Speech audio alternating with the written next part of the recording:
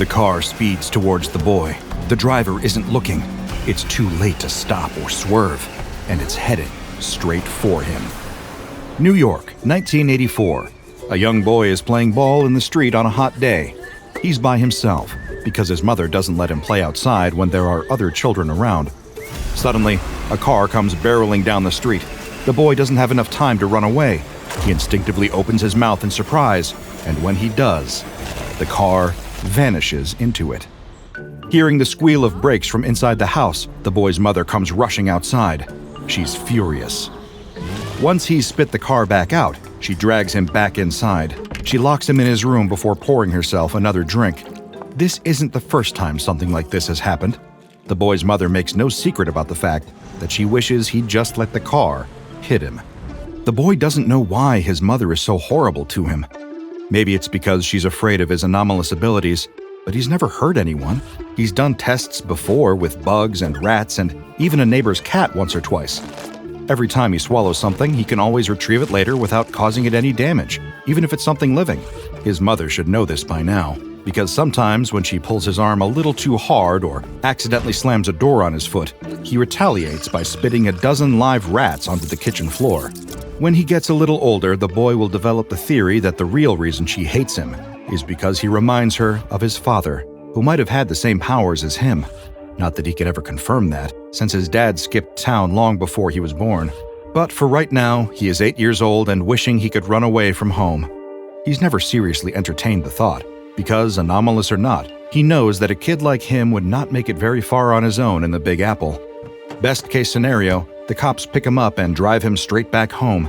Worst case, he runs into one of those scary guys in white vans they're always talking about on the news. That night, all of his prayers are about to be answered. But before we go any further, I have a question for you. Are you feeling like something's off? Is something getting in the way of your happiness or your goals? You don't need a clinical mental health issue to benefit from therapy. Sometimes life's challenges are enough. Therapy gives you tools to approach life differently, and it's a sign of strength to seek help when you need it. That's why I'm excited to tell you about today's sponsor, BetterHelp. BetterHelp's mission is to make starting therapy easier by making it more affordable and more accessible. And this is an important mission because finding a therapist can be really hard, especially when you're limited to the options in your area. BetterHelp is a platform that makes finding a therapist easier because it's online, it's remote, and by filling out a questionnaire, BetterHelp can match you to a professional therapist in as little as a couple days. If your therapist doesn't feel like the right fit, you can switch anytime at no additional cost. BetterHelp makes it easy. With over 7,000 reviews and a 4.5-star rating on Trustpilot, BetterHelp is a platform you can trust. If you're struggling, consider therapy with BetterHelp. Click the link in the description or go to betterhelp.com/drbob to get 10% off your first month. Thank you again, BetterHelp, for supporting this channel. And now back to the little boy who just wants to be accepted for who he is. There's a tap at the window, and the boy opens the curtains to find someone standing on the fire escape.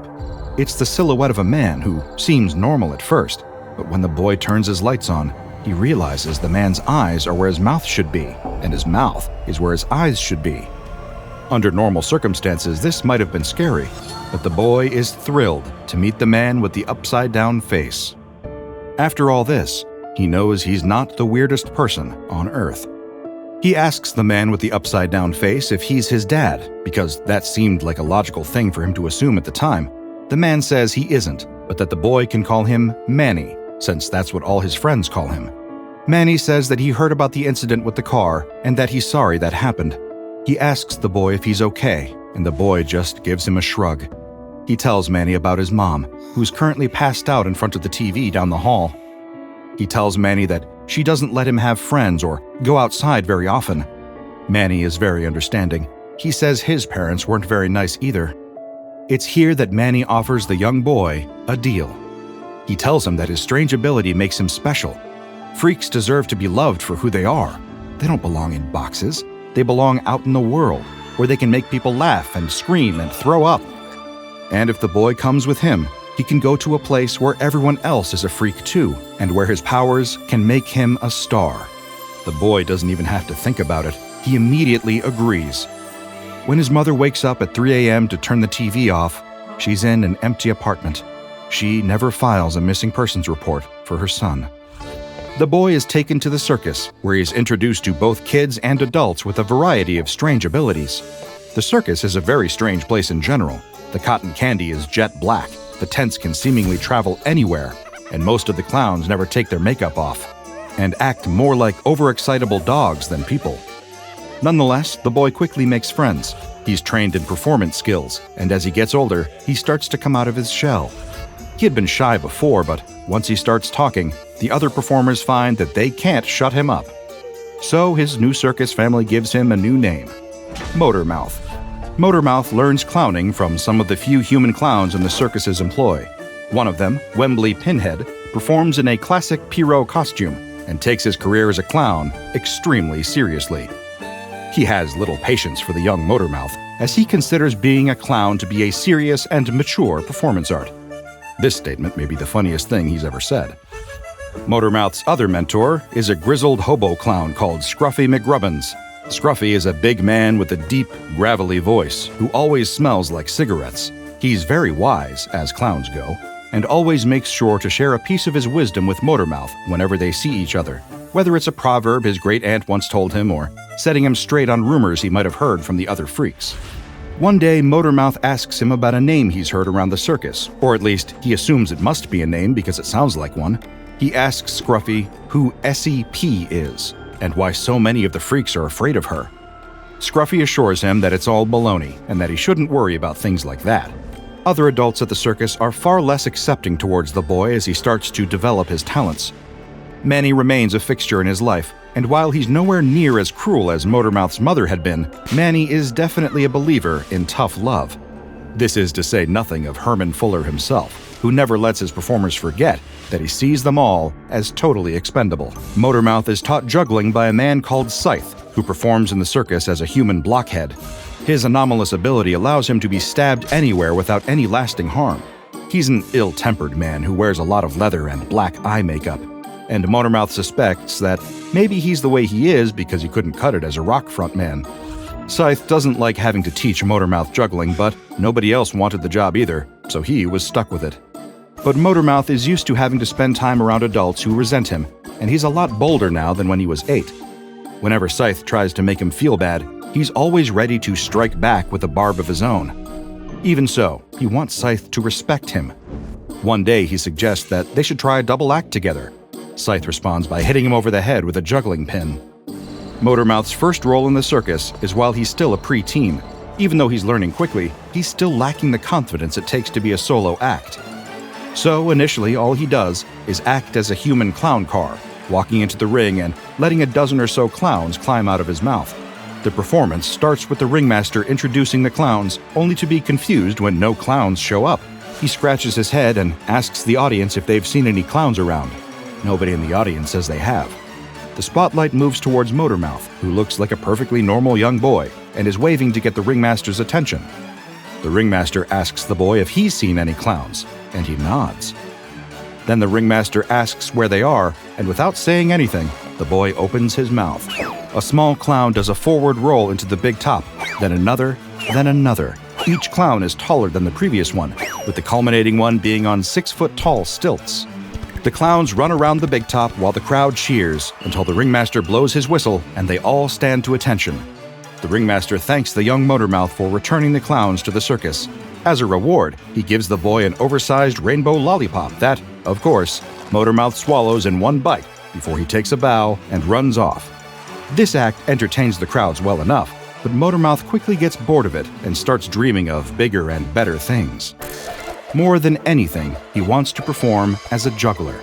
He likes to make people laugh, of course, but having to wear big silly shoes and grease paint every day doesn't gel with the teenager's developing sense of pride. He's about 15 at this point, and he wants people to take him seriously. He endures spending more time with Scythe just so he can practice juggling every day. His training only comes to a close when Scythe dies suddenly in a freak accident during a performance involving flaming swords. It's a great loss for the circus, but no great loss to Motormouth, who finds himself needing to come up with a juggling act on very short notice. At first, it's just juggling and joke-telling, but as he becomes a more established part of the circus troupe, he feels like he ought to switch things up a little. No doubt emboldened by hormones, he comes up with the idea of having a beautiful female assistant that he can put in the audience as a plant and swallow as part of his act. The new act is a runaway success. Motormouth starts it off with a mix of juggling and jokes, making use of his anomalous abilities to swallow and regurgitate increasingly unusual items to juggle with. He starts with tennis balls, then fruit, bowling pins, then bowling balls, and of course, a set of flaming torches. Just as his juggling act is about to wrap up, a woman in the audience starts heckling him. She accuses the whole act of being fake. Other members of the audience gasp in surprise, not knowing if this is real or all part of the act. Motormouth and the heckler argue, and he tells her that if she's so sure that he's a fake, she can come into the ring and see for herself. She stands up and walks down to the ring, climbing over the barrier to stand right in the spotlight with Motormouth. He invites her to put her hand in his mouth. She does, her arm disappearing up to the shoulder. She grabs onto the first object she can get a hold of, and when she pulls her arm back, she's holding a wooden baseball bat. The crowd laughs. The heckler says she still isn't convinced, so Motormouth lets her grab his chin and pull, just to see how far his jaw can open. Using both hands, she's able to stretch Motormouth's lower jaw to the width of both her arms. The crowd starts to laugh again.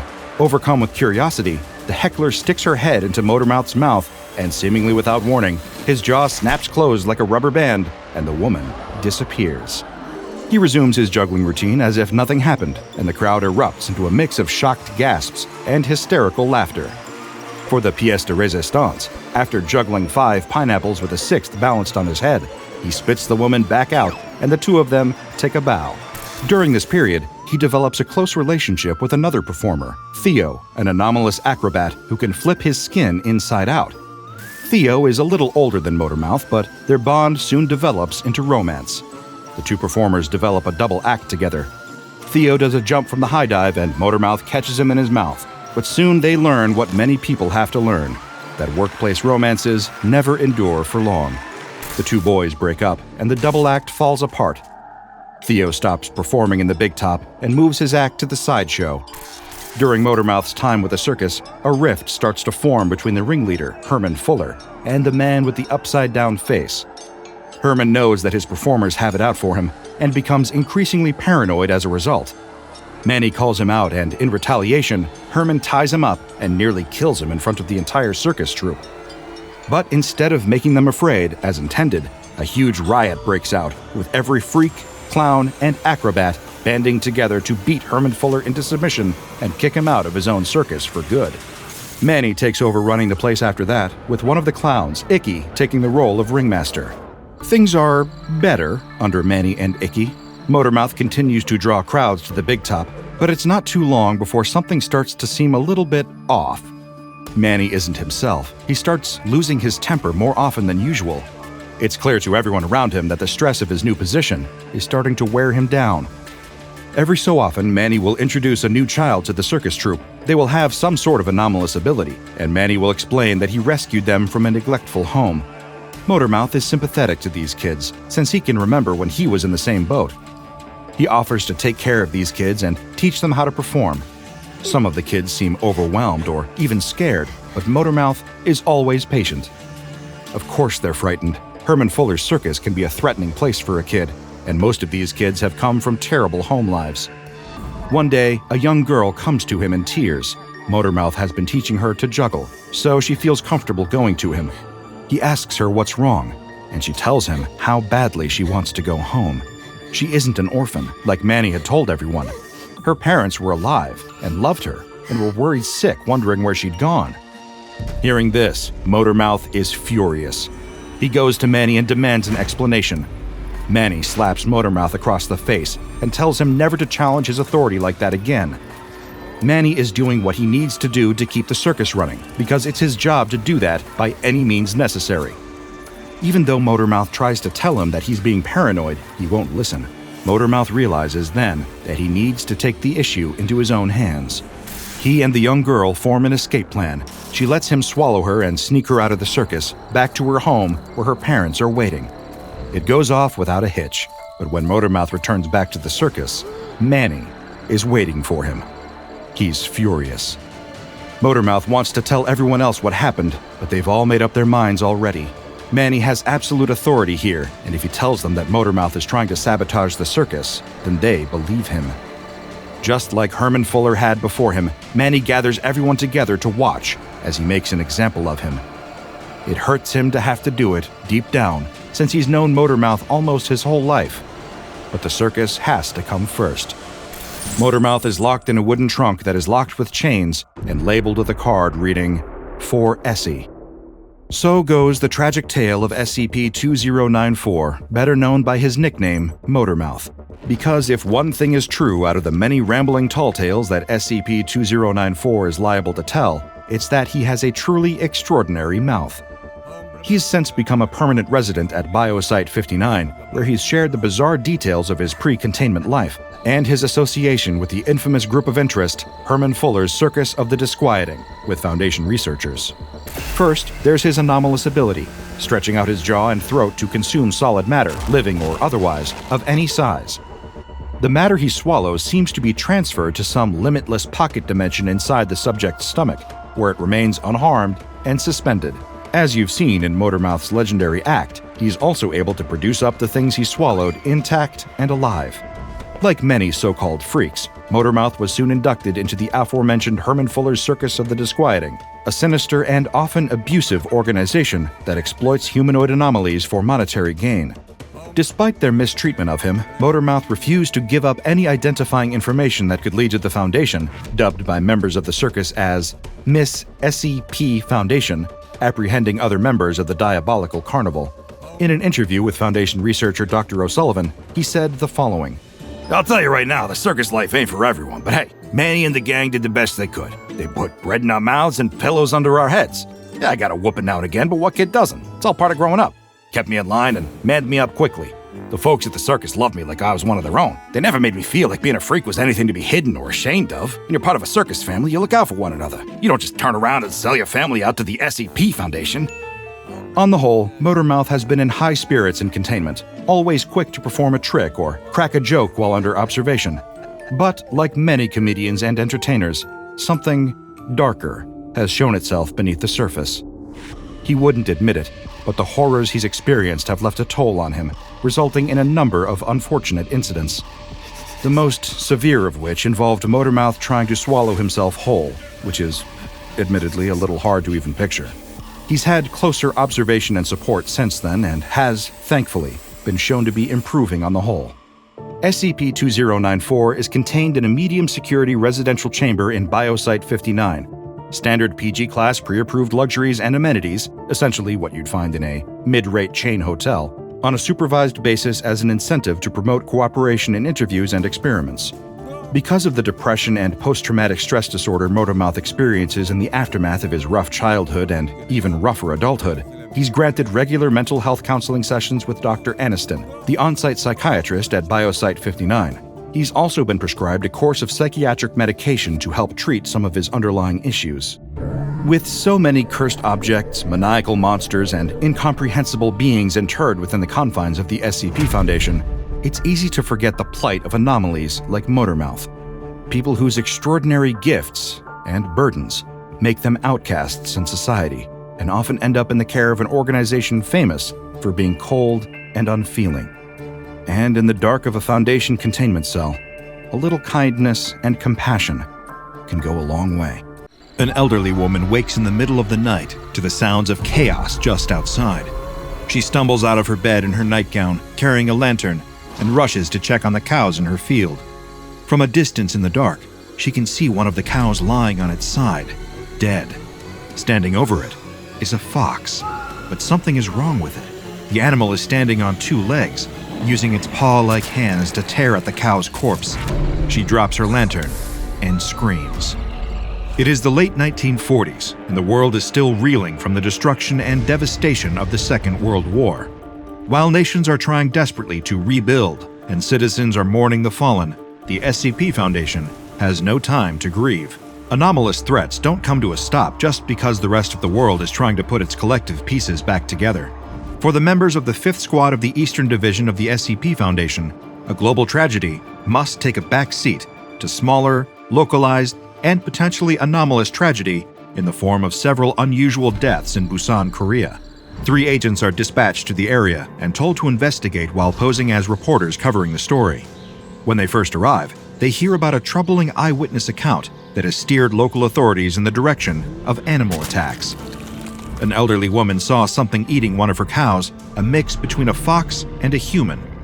Naturally, the authorities have written her off, but something in her story rings true to one of the agents. He can remember tales his grandmother once told him, sadistic old bat that she was, stories of fox people with razor-sharp claws and fangs glistening with fresh blood. The other 2 agents have similar cultural stories to share, folk tales about women who were foxes in disguise, living amongst hapless humans. Some of the stories were romantic, about fox wives marrying human husbands, having children and families. Others were horrible, too horrible to repeat.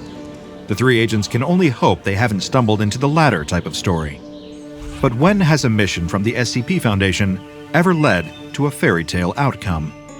The 3 men begin to comb the area, searching for any evidence of this creature, a fox person with a taste for hunting cows, and perhaps humans as well. Before very long at all, they stumble upon a beautiful young woman sitting serenely under a waterfall. Clad in nothing more than a light robe, she tries to nervously hide her bare feet at the sight of the strange men. But she doesn't do a very good job. The 3 agents can plainly see, in place of the feet of a human woman, she has paws covered in reddish-brown fur, the feet of a fox. This must be a young, inexperienced creature of her kind, they realize. Otherwise, how could they have tracked her down so easily? If the men were smarter, less blinded by lust, laziness, and an eagerness for simple answers, they might have asked more questions. Questions like, why did we find her so quickly? Why isn't she hiding? How did she get close enough to kill those people when she's so bad at concealing herself? But they don't stop and think, don't stop to ask those questions, and that oversight will be what seals their fate. After realizing that the agents intend her no apparent harm, the fox woman smiles warmly at them. She invites the men to come back to her cottage with her for a hot meal and the chance to meet more of her kind. At first, Agent 3 is unsure about the offer, but the other 2 accept eagerly, swayed by the majority vote, and reminding himself that they are 3 armed men against 1 slender, if anomalous, woman. He relents and accepts the invitation as well. They follow the lovely woman, like flies buzzing eagerly into a spider's web, without the slightest inkling of what's to come. When they reach the cottage, they find it modest but homey, rustic but warm. It has a certain undeniable charm, the same charm shared by the woman who led them there. She sits them at the dining table, the picture of delighted hospitality. She insists on serving them, and they are all too happy to let her. She pours them cups of plum wine and dishes out bowls of rice, pickled turnips, and perfectly seasoned meat. After dinner, with full bellies and sleepy, wine-fogged minds, the agents decide to stay the night in her guest beds. After all, why shouldn't they? The creature seems to mean them no harm, and she has no reason to feel threatened or try to attack them in any way. They'll see about containment options in the morning, after a good night's rest. Sometime in the night, Agent 3 wakes to find Agent 1 is gone. Strangely, he must have gotten up to use the bathroom in the night, or rather to make use of a bush outside, since there is no formal bathroom in the cottage.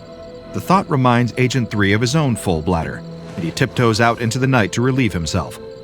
As he stumbles through the darkness, he suddenly hears muffled groaning, the wet slap of flesh against flesh. All at once, it hits him.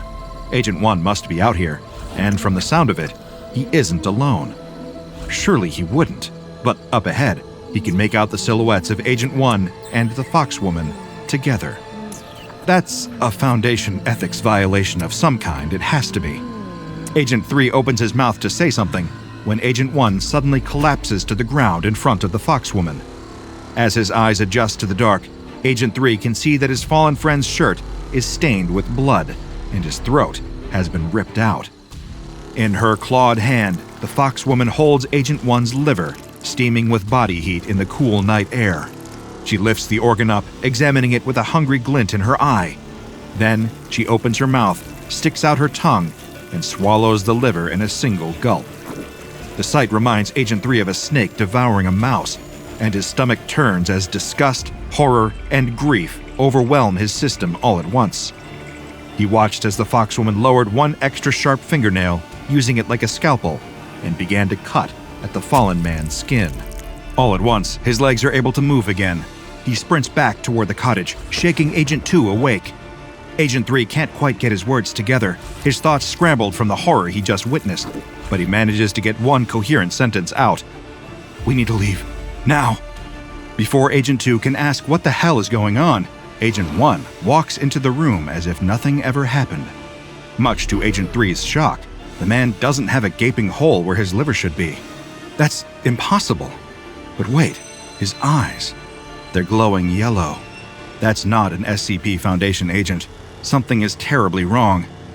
Agent 3 doesn't have time to explain to the other agent what's happening. He doesn't have time to think. All he has time to do is draw his weapon and fire at the imposter. As anyone might do in this maddening situation, Agent 2 draws his weapon, pointing it at 3 and ordering him to put the weapon away. 3 tries to explain, to convince him that the man he just shot is not their friend, but the fox in disguise. He won't listen, promising to put Agent 3 down like a mad dog for killing their comrade. That's when the fox sees her opening. She grabs hold of Agent 2 from behind, knocking the gun out of his hand, causing it to discharge. Agent 3 cries out in pain as the bullet pierces his flesh. Only his upper shoulder, thankfully. Not a fatal wound, but it still hurts like absolute hell.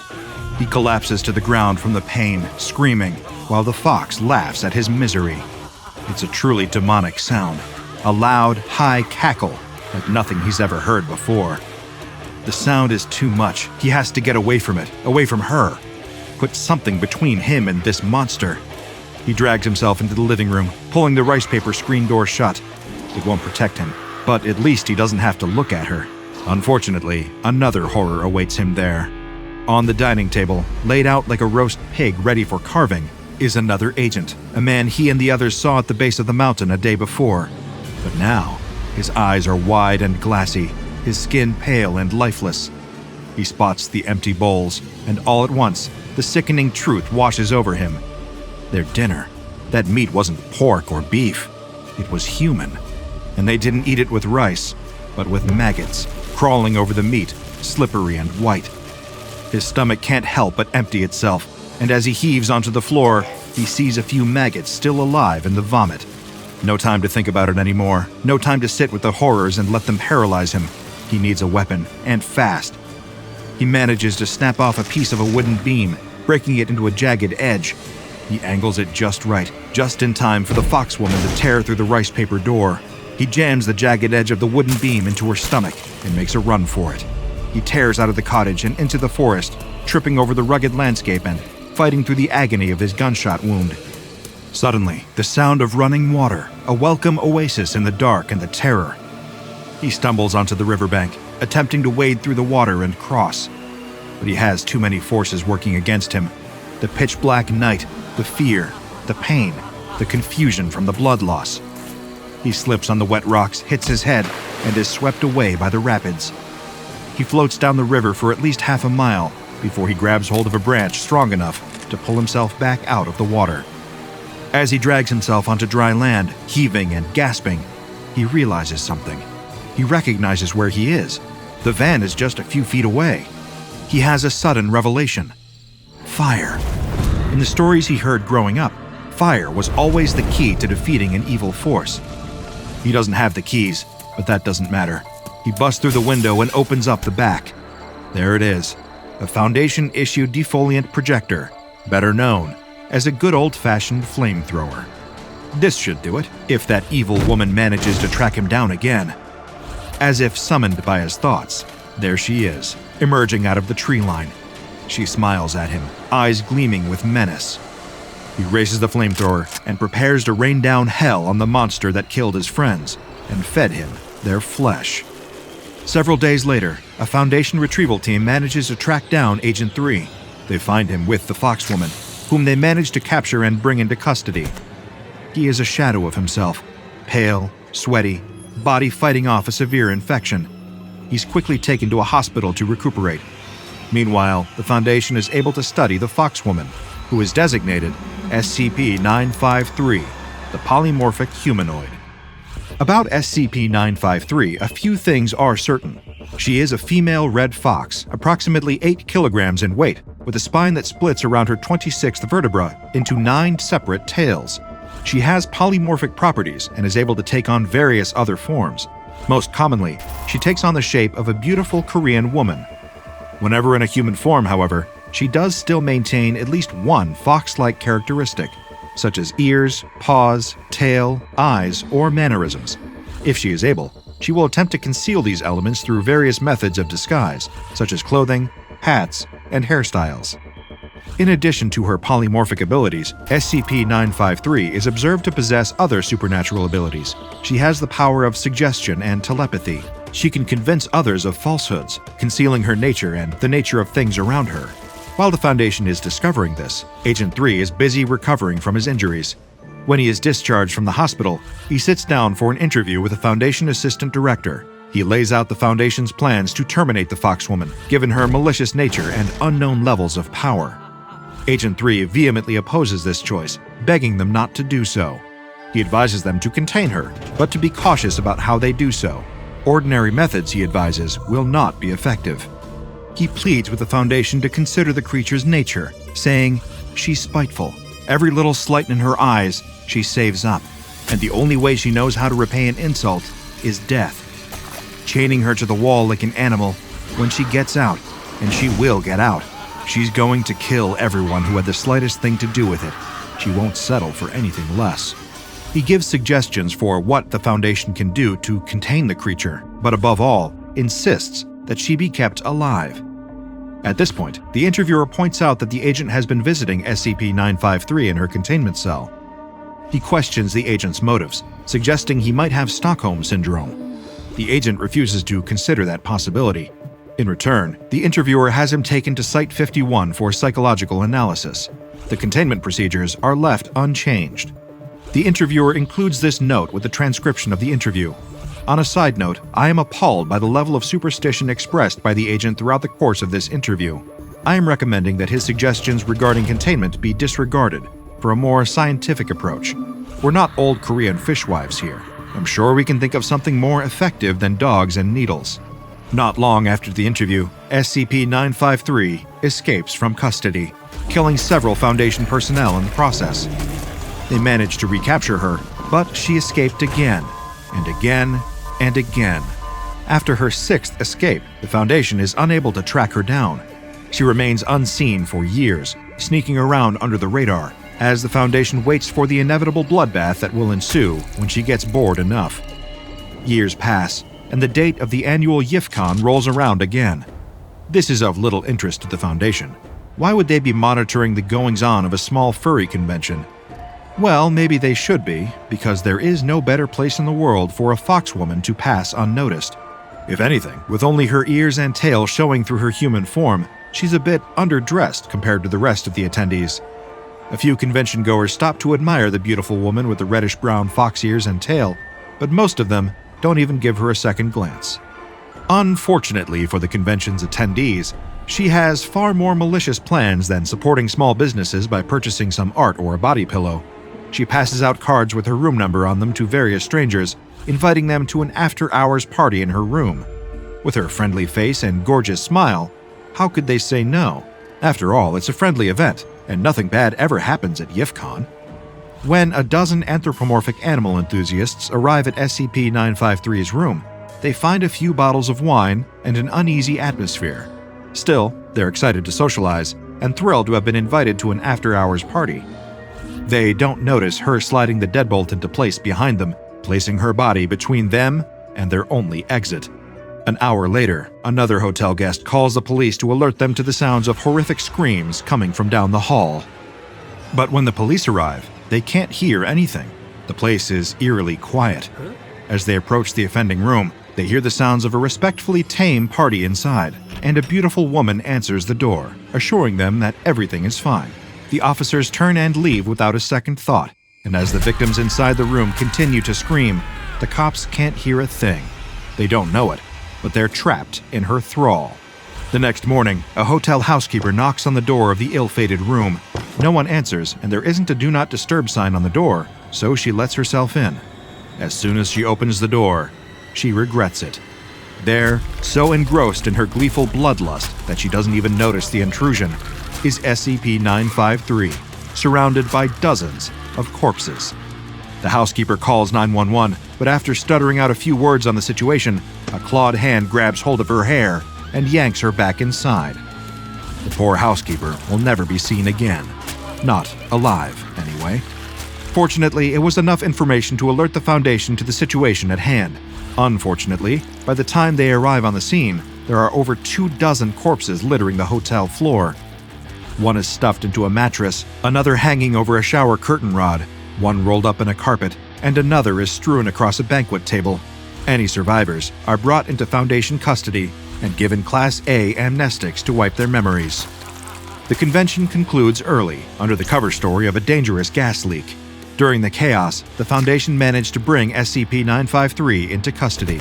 This time, they acknowledge the need to amend the containment procedures they have been using. They can't let her escape again. Today, SCP-953 is kept in a Type 4 containment cell at Site-17. She is provided the following necessities: fresh liver daily, clean drinking water and plenty of it, a futon and clean bedding for it, which is laundered weekly. When she is on her best behavior and has been especially non-violent, she is occasionally presented with a small luxury item, such as a book, a dessert, or a bottle of plum wine. Direct human contact with SCP-953 has been strictly prohibited due to her psychic abilities. Delivery of her food or any other items is to be carried out by an automated robotic assistant. In addition to her physical containment, psychological measures with a folkloric origin have been employed. The entrance to her containment chamber is lined with open-cage dog kennels containing Korean Jindo or American Foxhound dogs. She will not approach any canines out of an apparent aversion, especially when one is barking. SCP-953 is considered extremely hostile, dangerous, and armed at all times, given the nature of her razor-sharp claws and numerous deadly abilities. I found this addendum attached to her official file concerning folklore control procedures as they pertain to SCP-953. As a reminder, staff assigned to SCP-953 are to follow all instructions for interacting with the subject, no matter how odd or arbitrary they may seem. Keep in mind that the people of Asia interacted with these beings for centuries before we came onto the scene. What we think of as fairy tales were their version of special containment procedures. Personally, I hope to never encounter SCP-953 under any circumstances. Though, as I say that, a disquieting thought crosses my mind. It's entirely possible I have, at some point, and simply didn't know it. After all, she is capable of shifting her shape in countless ways and is a master of trickery and deception. I may very well have crossed paths with her before. I suppose I'll never know for sure. All I know is that I still have my liver. For now. And for that, I am very, very grateful. Two teenagers cautiously approach an old, decrepit house. The house looks like it was built hundreds of years ago, and from the outside, it appears to be in a serious state of disrepair. The walls are cracked and weathered, the roof looks to have holes in it, and one of the decorative columns has completely collapsed. The teenagers have heard rumors about this dilapidated home, though, and they have heard there are riches still to be found inside. One of the teens starts walking up the stairs onto the porch, but his friend seems reluctant to follow. Is he sure that no one lives here? The braver of the teens tells his friend that he's been watching the house for days and hasn't seen anyone come in or out. The only signs of life have been a very faint light visible between the cracks of the house's boarded-up windows, and he's not even sure if he actually saw any lights or not. If there is anyone in there, it's just some crazy old person. They can easily scare them off and loot the house at their leisure. His friend still doesn't look sure, but the other teen proceeds to take out a lockpick. He tells his friend to keep a lookout while he works on the door. He doesn't need to keep watch for long, though, since the lock almost immediately opens with a loud click. He opens the door carefully, but it still squeaks loudly. Through the crack, he can't see much of anything inside. It looks very dark. "Come on," he tells his friend as he slips inside. His friend looks nervous as he watches his friend disappear into the house. Suddenly, there's a loud crash. "Oh no, we've been caught," he thinks as he spins around. But he doesn't see a police officer coming to arrest them or a nosy passerby. Instead, he watches as a cat chases a rat into some trash cans, knocking more of them over. He breathes a sigh of relief as he watches the cat come out of the pile of trash, holding its prey limply by the tail. He turns to follow his friend into the house, but is stopped when the door snaps shut in his face. He tries the doorknob, but it's locked. He taps quietly on the door. No response. He taps a little louder, whispering, "Hey, what's going on?" But still no response. What is going on? Inside, his friend is also pulling on the doorknob, but it's no use. The door won't budge, and the lock won't turn. He also tries tapping lightly on the door, but there's no signs from outside that anyone has heard him. He's trapped. He looks around the darkened room. Just like the outside, the interior looks like it hasn't been updated in hundreds of years. Dust and cobwebs are everywhere, like no one has set foot inside in decades. And yet, on several small tables and shelves around the room, are lit candles. With no other option, he decides to move deeper into the house. He creeps into the next room, which is in much the same condition as the first, dusty and old, but with several candles placed around that give off just the faintest amount of flickering yellow light. Not only does someone still live here, but they've lit these candles recently. He takes a folding knife out of his pocket and opens it, holding the blade out in front of him. Just then, he hears something, a noise like footsteps, and it sounds like it's coming from upstairs in the room right above him. They might be coming down to look for him. He needs a place to hide. He spots a sofa near the corner and tries to get down behind it as much as possible.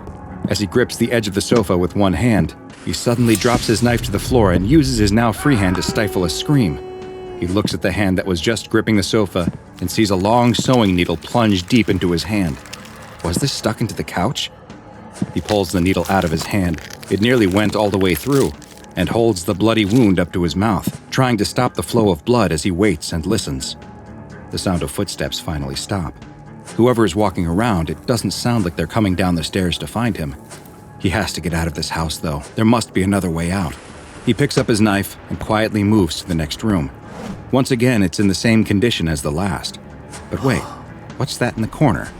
Is that a person lying there? Outside the house, his friend is looking through the same trash that he saw the cat hunting in. Aha! Just what he was looking for, an old wire hanger. He runs back to the old house, untwists it, and inserts the thin wire into the lock. Inside, the trespassing teen gets closer and closer to the thing in the corner. It's so dim, though, with the only light coming from the candles, that he still can't make out what it is. But he feels strangely compelled to find out. He picks up one of the candles off of a nearby table. Outside, he still can't get the lock open, but he's got to keep trying. He can't leave his friend trapped inside. He's standing right over the thing in the corner now. He kneels down and brings the candle close to see what it is, and screams. His friend throws down the hanger in frustration before sitting down on the porch. He can't figure out why his friend was able to open the lock so easily, and now it won't move. Did something in the mechanism break? He doesn't know what he's going to do, though. Should he call for help? The police will arrest them both if he does. How long should he wait, though? It feels like his friend has been stuck for a long time, and he hasn't heard anything from inside. What could possibly be happening in there? Should he just leave and hope that his friend is able to escape on his own? Just as he is wondering what to do, he hears a click behind him. He turns around and tries the door handle, but it's still locked. He looks down and sees the wire hanger. Maybe he'll give it one more try. He sticks the hanger into the lock and hears the lock pop open almost instantly. He tries the door handle, and this time, the door swings open. He stands there looking through the cracked door into the dark house. He's terrified at the thought of going inside, but he can't leave his friend in there. If he's in trouble, then he has to save him. Gathering up all of his courage, he enters the house and sees the same thing his friend did, a dusty old room. He takes a step into the candle-lit room and freezes.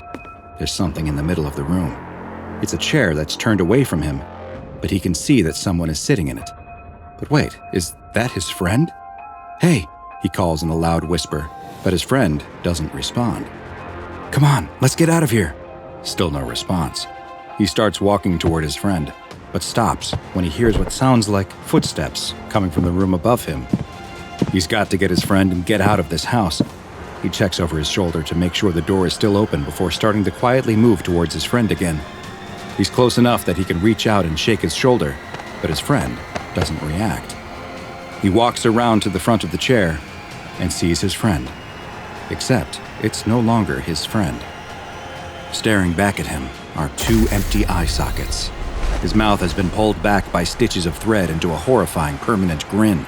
But worst of all is what he hears. It's the sound of the front door slamming shut. Privyet! Today's file is a special one and comes from the Russian branch of the SCP Foundation. It's SCP-1098-RU, also known as the Theater of Living Puppets. SCP-1098-RU is a two-story house located in a small Russian city which appears to have been constructed in the Baroque style, which was popular in the 17th and 18th centuries, and is characterized by its exuberant details. The house is likely several hundred years old and is in an advanced state of disrepair. The local government administration has marked the house for demolition multiple times, but for reasons that remain unknown, these plans are always scrapped or indefinitely delayed. All of the doors that lead into SCP-1098-RU are locked, and the windows are all boarded up. Anyone who attempts to damage the house, even just by removing the boards from the windows, will experience an odd anomalous effect that compels them to instead protect the structure and cause it no harm. This effect only wears off when the subject moves at least 50 meters away from the house. The only way to enter SCP-1098-RU is through the front door, which, even though it is locked, is easily able to be picked open, which causes no harm to the house and prevents the anomalous effect from overcoming the subject trying to gain entrance. Once someone has entered the house, they will find that the door closes behind them and locks itself. The lock cannot then be picked open again for 1 hour. The interior of the house matches the exterior stylistically, also appearing to have been designed in the Baroque style and in a poor condition. The house is quite dark since there are no electric lights present, and all of the windows are boarded up, blocking any outside light. The only illumination comes from the lit candles that are placed around the house, which appear to be constantly replaced and lit again when they burn out. The sound of slow footsteps can be heard inside the house, though the room they are coming from seems to change. The entity producing the sounds has been classified as SCP-1098-RU-1, and it is thought that it is also responsible for the placing and relighting of candles around the house, as well as several other anomalous effects. The Russian branch of the SCP Foundation first became aware of potential anomalous activity related to SCP-1098-RU after the disappearance of multiple teenagers was linked to the location. In interviews, many of their friends and family reported that their last known locations were near the site of the old Baroque-style home, and several had expressed a desire to investigate the house before they disappeared. Local police investigated the house, which only led to them disappearing as well. After learning of the strange activity connected to the house, the Foundation took over the investigation, planting a cover story that totalitarian sects were responsible for the disappearances, while Class A amnestics were administered to all relatives of the missing teens. The Foundation immediately began investigating the house, but carefully, since they had already seen how easily people could go missing inside. In the first excursion into the house, a remotely controlled robot fitted with a camera was sent inside. Just like when a person enters, the door closed and locked behind the robot, but its camera feed continued to broadcast images to the researchers outside. As the robot explored the rundown house's rooms, it found something much more disturbing than just lit candles. In several of the rooms, corpses were discovered, which were later identified as being some of the missing teenagers. All of the bodies found had their eyeballs removed, and thick threads had been sewn into their arms and legs, as if they had been turned into giant living puppets. Some of them also had stitches in their chest and face areas. The face stitches appear to have been made to force the face to have a certain expression, while the chest stitches may indicate that organs had been removed. No signs of decomposition were present, though, despite some of the bodies likely being many months old. Several objects were also found next to the bodies, including surgical knives, needles, thread, and at least one artificial eye. Exactly 1 hour after the robot entered the house, the camera ceased broadcasting images and all contact was lost. For the second excursion into the house, the Foundation decided that a human being would be more effective at gathering information than a robot. A Class D personnel was given a flashlight, a camera, and a radio, and sent on a mission to attempt to remove objects from the house and to locate the robot from the first research mission. The D-Class entered the house, and researchers noted that from what they could see on the video feed, that the layout of the house hadn't changed. Candles were still present around the room, though it was clear that they had been replaced by fresh ones. As the D-Class explored the first floor of the house, he reported that he could hear footsteps coming from different parts of the house, and on one occasion, that they sounded like they were coming from a room he had just left. But when he returned to that room, no one was present. He wasn't able to locate the missing robot, but did find the same corpses that the robot had. He was ordered by the researchers to pick up one of the surgical knives and try bringing it out of the house, but the moment he picked it up, all contact was lost. A third mission into the house was then tried, this time with another remotely controlled robot, though this one was more advanced and equipped with a thermal imager and audio recording equipment. This robot was also better suited for exploration and was capable of climbing stairs so that the Foundation could finally find out what was on the second floor of this strange house. The robot entered the home and ascended to the second floor. As it explored the rooms, it found one particularly strange one that appeared to be operating as a kind of sewing workshop, with huge amounts of thread, needles, and other sewing supplies spread across multiple tables. Dark red stains covered many of the tables, but no bodies were discovered in the sewing room. The robot continued to explore the second floor, though, and soon discovered many more corpses, accounting for nearly all of the missing teenagers, the police that had vanished, as well as the missing D-Class personnel. All of them had been dressed in 18th century style clothing, and their eyes had been removed and replaced with artificial ones, giving them a perpetual glassy-eyed stare. Long, thick threads had been sewn into their arms and legs as well. The sound recording equipment on the robot captured the same sounds of footsteps that the D-Class had reported, but the thermal imager didn't locate any signs of life. The researchers decided to call an end to the experiment and began guiding the robot back out of the house, but just as it reached the front door, the connection was lost, and the robot has never been located. One final expedition into the home was approved, this time using another D-Class personnel, whose mission was to explore the entire house, including the second floor, before attempting to leave the home. The D-Class entered the home as normal, but immediately reported feeling a strange feeling that the other D-Class hadn't mentioned. He told the researchers listening that he was experiencing an intense headache and pressure in his ears, and that he could hear what sounded like someone crying in another room. None of the equipment picked up the crying sounds, and the D-Class was ordered to investigate further. He approached the room that he claimed the sound was coming from, but still nothing was detected on the audio recording equipment. He was ordered to enter the room, and though he seemed scared and reluctant, eventually he did so. Once inside, he reported seeing a young girl wearing an 18th century style dress. The girl was dancing, but crying as she did so. Just like on the corpses that had previously been found inside the house, threads were connected to her arms and legs, but these ones were pulled tight and stretched up towards the ceiling. The D-Class followed their path up, but they disappeared into the darkness, reporting that it looked like there was no ceiling at all, just an inky black void where something was manipulating the strings attached to the girl, forcing her to dance. None of these visuals reported by the Class D could be seen on the video feeds the researchers were watching. As far as they could see, he was staring into an empty room.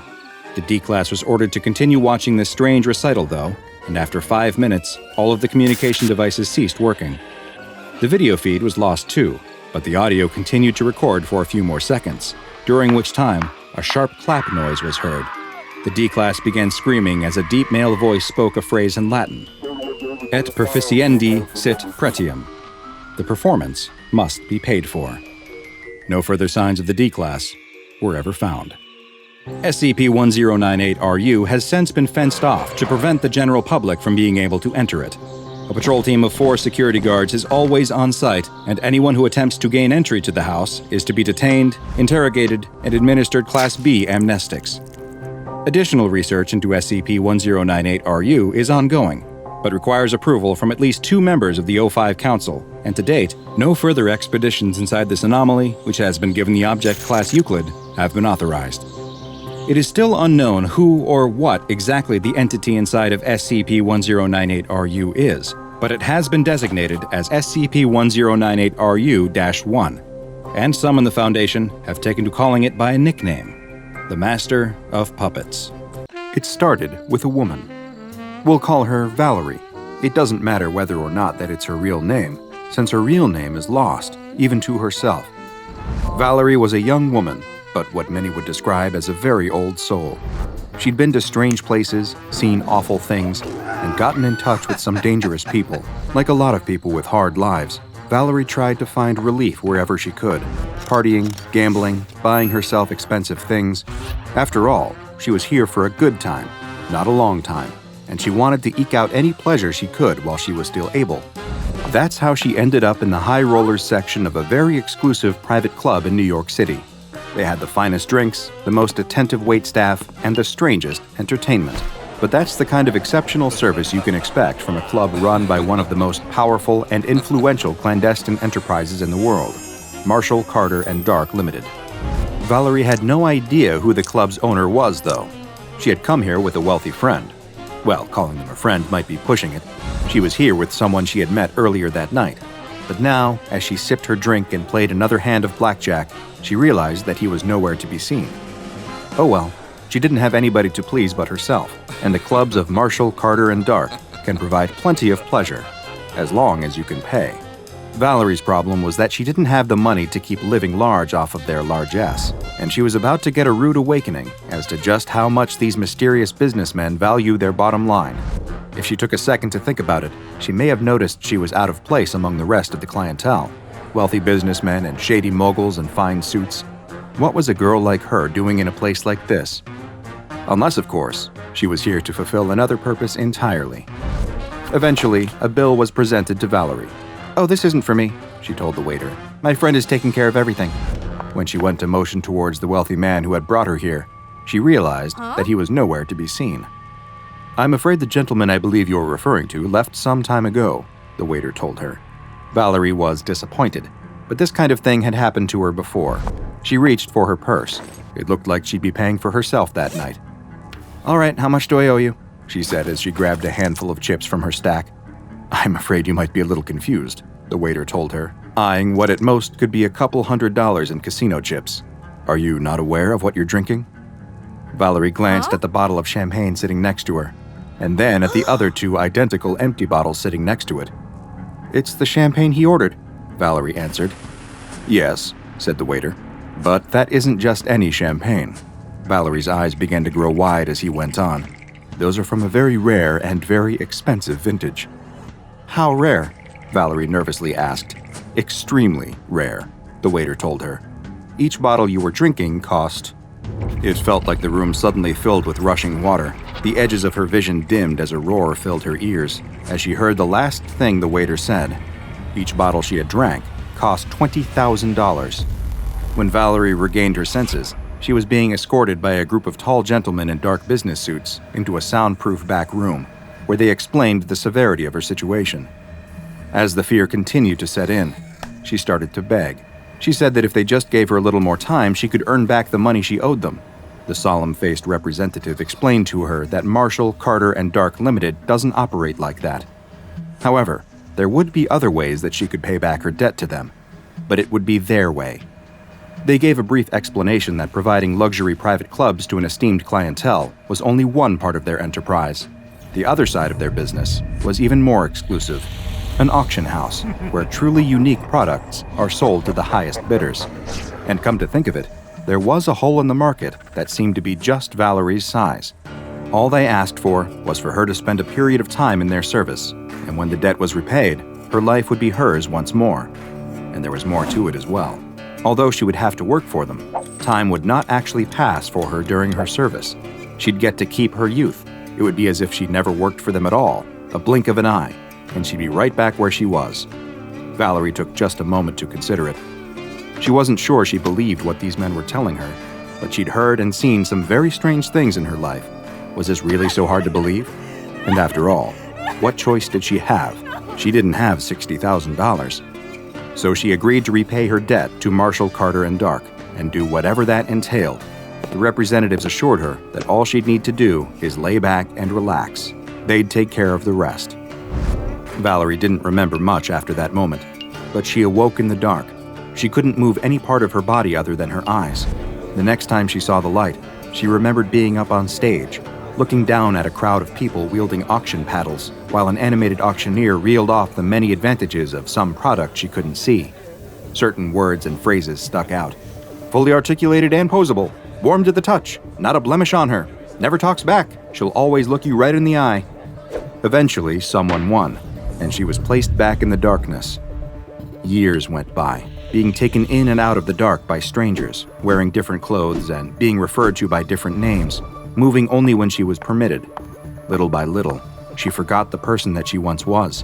One day ran into the next. It all became a blur of darkness, punctuated by brief flashes of light. Years turned into decades. She never said a word. She forgot what it even felt like to be able to speak. But then one day, out of the darkness, appeared a pair of strangers in black tactical gear who looked at her with an expression somewhere in between pity and disgust. From that moment on, she finally found a new name to replace that empty void. Now, she was SCP-446. The files on SCP-446 are as mysterious as they are deeply disconcerting, and we can only speculate as to the exact process that led to the creation of SCP-446, since the duplicitous salesmen at Marshall, Carter & Dark Limited don't seem eager to share their secrets with anyone outside of their organization. But what SCP Foundation researchers have learned from solid empirical observation is that SCP-446 is a humanoid mannequin 1.75 meters tall and weighing 52.16 kilograms. She is, or perhaps was, a pale-skinned Caucasian woman who appears to be in her early 20s. She has brown hair that measures 17.78 centimeters at its longest point, brilliant, bright blue eyes, and the distinctive Marshall, Carter & Dark Limited logo tattooed on her lower back. In many ways, she has all the hallmarks of a living human being. She's superficially anatomically correct, with realistic skin tone and texture, eye coloration and sclera clarity, and researchers who've dealt with her directly claim that she has the warmth of a real human being. Despite seeming to be alive, though, SCP-446 doesn't respond to verbal communication, has no pulse or heartbeat, and she doesn't even appear to breathe. Whether SCP-446 can truly be considered alive is still an open question among Foundation researchers. SCP-446 is stored in the same hinged metal box she was found in, which is plain save for a series of clothing measurements for those wishing to purchase their own custom accessories. When Foundation field agents first discovered her, they attempted to sit her up. However, what they found was that she responded to their touch, sitting up on her own. All it took to get her to lay back down was a gentle push on her shoulders from the front. Through further study, it was discovered that selective touch cues can induce different types of movement in SCP-446. She could be induced to stand up on her own, and through gentle pressure applied to the top of the head, she could be induced to sit or lay back down on her own. You may have also noticed the somewhat uncanny quality of SCP-446's eyes. Please don't be alarmed. It isn't anything out of the ordinary. Her eyes will follow the nearest person to her around the room, and she'll try to make eye contact if possible. Don't let it bother you. Everyone gets used to it eventually. Her limbs can also be posed and manipulated as required, even into positions requiring balance, like standing on one leg. However, if pushed over, she will immediately lose balance and fall. It seems almost as though her actions are defined as much by the toucher's intent as the touch itself. Essentially out of any more ways to learn about SCP-446, an in-depth medical examination was authorized. Given the humanoid nature of 446, the doctor conducting the examination decided to proceed in a manner similar to the kinds of autopsies given to non-anomalous human corpses. The doctor noted being disturbed by the fact that 446's eyes kept following them, even as they prepared the tools for the autopsy. They also remarked on the almost freakish clearness of the subject's skin. There wasn't a single detectable mark or blemish, almost like a porcelain doll. There was no rigor or livor mortis, nor any signs of damage or injury to the body. Examination of the mouth revealed an obstruction at the top of the throat, a metal plate fixed to the back of her mouth, bonded to the flesh on all sides. The plate shifts slightly when touched, but couldn't be removed. Similar plates had been installed in the ear canals, nostrils, and all other body orifices, as if to ensure that nothing can enter or exit 446's body. The doctor then moved on to the internal examination of SCP-446, beginning with a number of X-rays. These revealed several irregularly shaped masses inside 446's body, covering major organs such as the heart, brain, kidneys, and liver. Dissection revealed these masses to be boxes of various shapes and sizes, constructed from the same metal that comprises the obstructive plates. These boxes are connected to the corresponding organs through a series of wires and tubes. The doctor notes that neither their scalpel nor their wire saw could cause any meaningful damage to the boxes, and that it's possible the boxes not only keep the body preserved, but also allow for its limited set of movements. Certain barriers presented themselves during the dissection process, both physical and psychological. SCP-446 exhibited an extraordinary healing factor, fully repairing her own skin minutes after having her chest fully opened in a Y incision. This made sustained internal observation difficult, and the doctor declined to perform any more extensive mutilations for fear that the damage would be irreparable. This limited the progress that could be made in the procedures overall. However, it wasn't the worst thing to occur during the dissection. The doctor noted that SCP-446 stared at them the entire time while they were making incisions into the body, making them extremely uncomfortable. And during the several-minute healing process of the Y incision in her chest, SCP-446's mouth moved, as if speaking silently the entire time. The doctor left a note that this may suggest a level of sapience in 446, though nothing could be proved conclusively on that front. The file for SCP-446 is a relatively sparse one, given the minimal containment requirements of the anomaly. Between studies, she is simply kept in her box. There has, however, been one notable incident involving SCP-446, documented by Foundation researcher Dr. Sunderland back in 2010. The event, labeled Incident 446-1, took place in Storage Room 6. In the interest of preserving the anomaly's modesty, she was dressed in a standard D-Class uniform before being placed back into her box for the night. A guard reported a strange thumping noise later that evening and investigated himself and found it was coming from the inside of SCP-446's box. Dr. Sunderland was called in at this point and oversaw the opening of the box. It turned out that SCP-446 was repeatedly attempting to rise to a sitting pose inside the box and was banging her head against the lid. Finally freed, SCP-446 rose to her feet of her own volition for the first time since the start of her containment. She assumed a strange pose, her head bowed and her wrists touching above her head, as though her hands were bound at the wrists, or she was desperately praying or begging. Her facial expression also shifted for the first time, taking on a look of sadness and fear. Dr. Sunderland was able to make SCP-446 return to a more neutral standing position, but nothing could make her permanently assume the laying position again until the D-Class uniform was once again removed. There is still not a confirmed explanation as to why exactly this happened, but the answers may be too horrible to even consider. For this particular anomaly, which has been given the Safe Class designation, perhaps the kindest thing to do is leave her in the box. That's at least a more humane fate than whatever Marshall, Carter, and Dark had planned. The storm wrenches the fishing vessel in half. The yawning sound of metal buckling and ripping can barely be heard over the explosive waves. Crew members pour out of the fragmented ship, washed away with the water, like ants fleeing a flooding nest. The deck lurches and tips upwards into the air. A wave crashes against it, almost knocking the sailor off the railing, but he clings on for dear life. Soaked through, shivering violently, and feeling the dreaded exhaustion creeping into his limbs, he looks around helplessly as his crewmates drown around him. Only one man remains on the deck with him. But the captain's usual steely confidence has gone. Behind the man's bushy beard and grizzled skin, the sailor sees a little boy scared out of his mind. The captain grabs the sailor by the scruff of the neck and hauls him close enough for them to shout over the sound of the seas around them. "I saw her!" The captain's rambling and ranting, repeating himself and gesticulating wildly at the seas around them. "The Naiad! I saw her in the water this morning. Our voyage was cursed from the start. We should never have left port. She's in the water now, The colossal wave throws what is left of the boat through the air. The railing slips through the sailor's fingers as he flies high between the waves. For a moment, the world stands still. It's like he's a gull hovering in place, surveying the carnage beneath him. And there in the water, what looks like. But the world isn't standing still. He hurtles back towards the ocean and slams into it, hard enough to knock the air clean out of his lungs. Icy water tugs at him, pulling him downwards, deeper and deeper, colder and colder.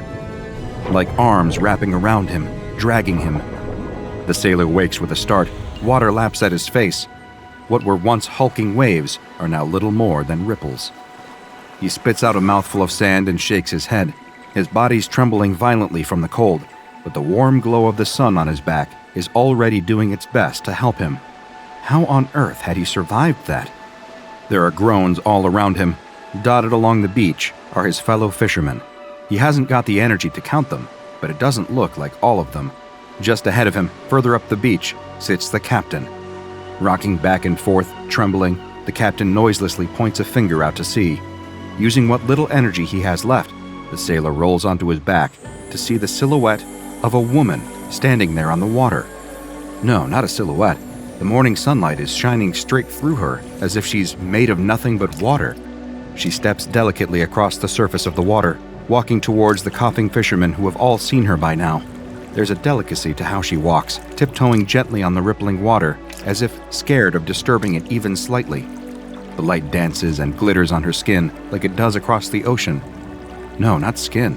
She really is made of water. Every inch of her is composed entirely of what looks like the purest, cleanest water the sailor has ever seen. Was it her? The arms that he felt dragging him through the water? Did she save him? Did she save all of them? The water nymph waits with the men until the ambulances arrive. She walks across the sand going between them. Every few minutes, she dips her toes back in the sea and takes what looks like a deep breath, even though she has no lungs to fill. Then she's back amongst them, offering noiseless comfort. There's an old abandoned house just up from the beach, what looks like the mansion of a former millionaire. In apparent fascination, the nymph keeps going over to examine the ornate fountain in the courtyard.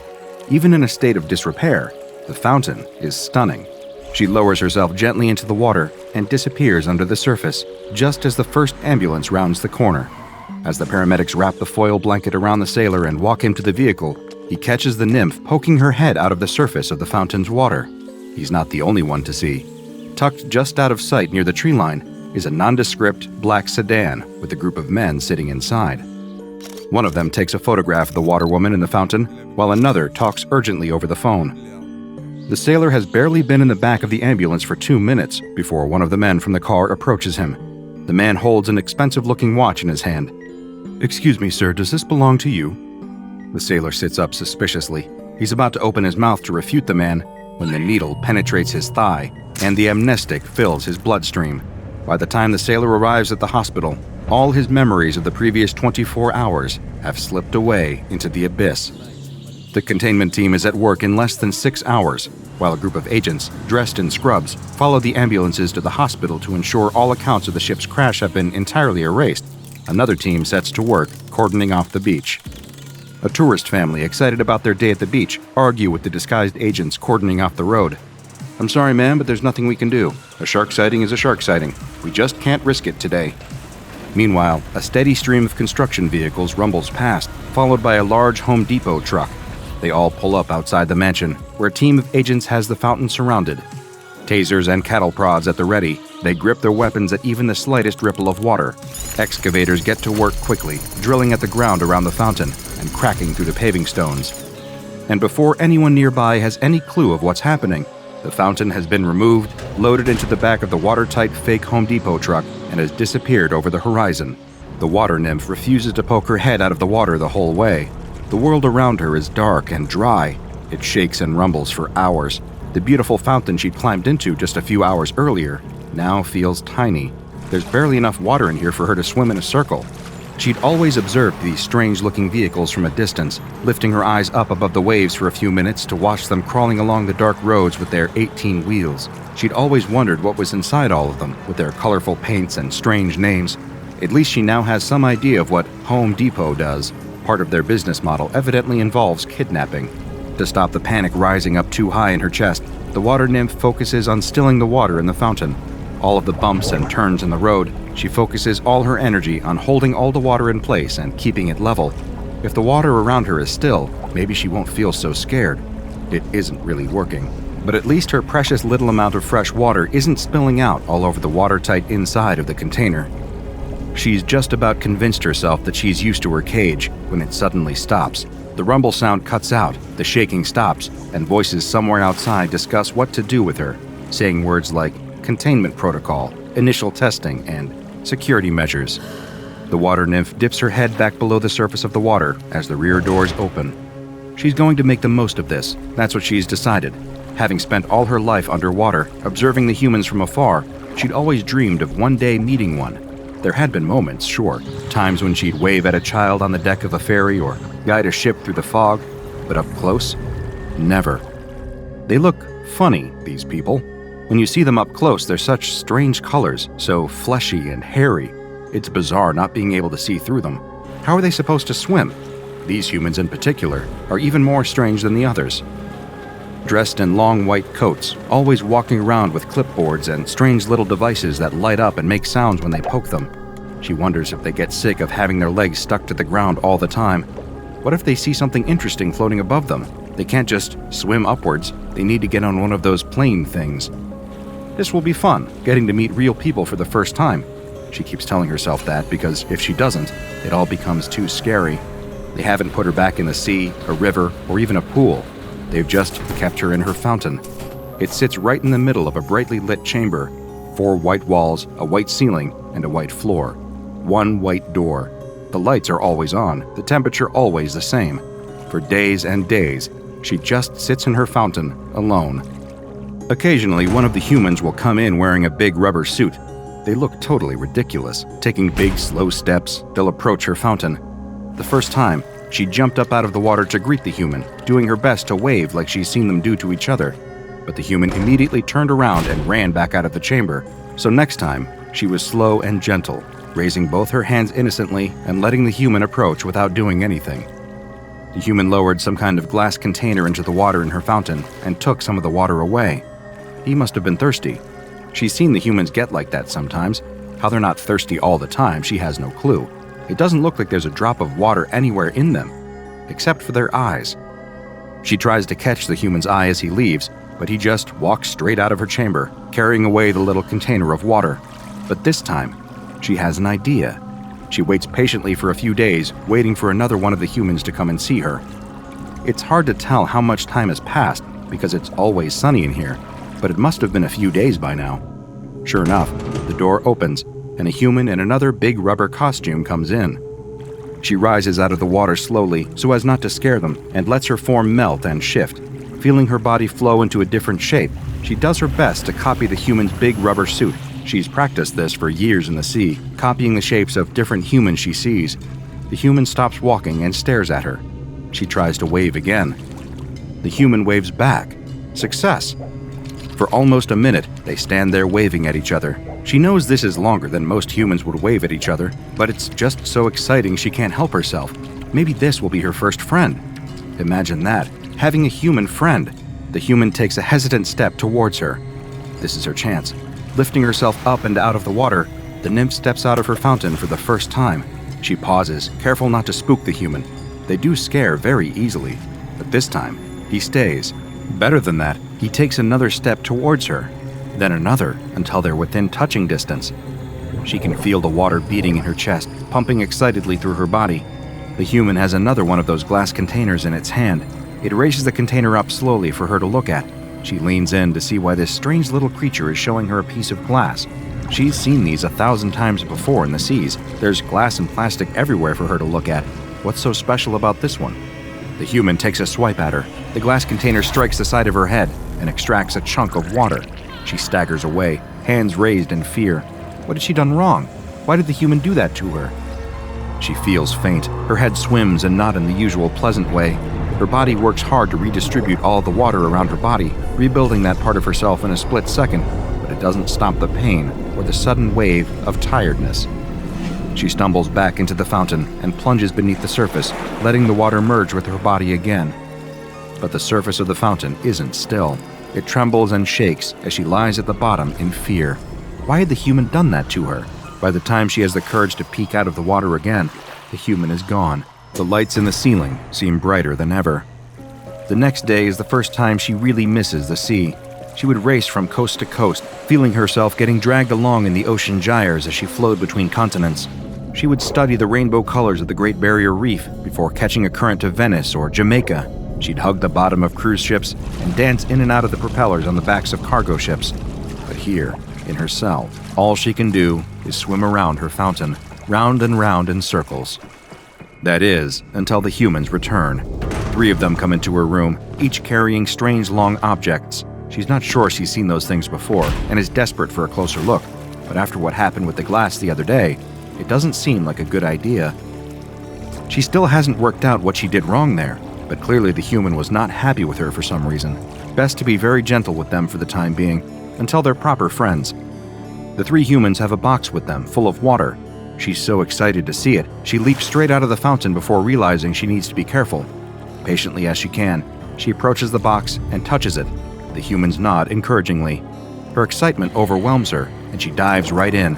It feels so good to have fresh water to explore, even if it's just a small tank. She barely even notices as they close the lid on her and wheel her into a different room.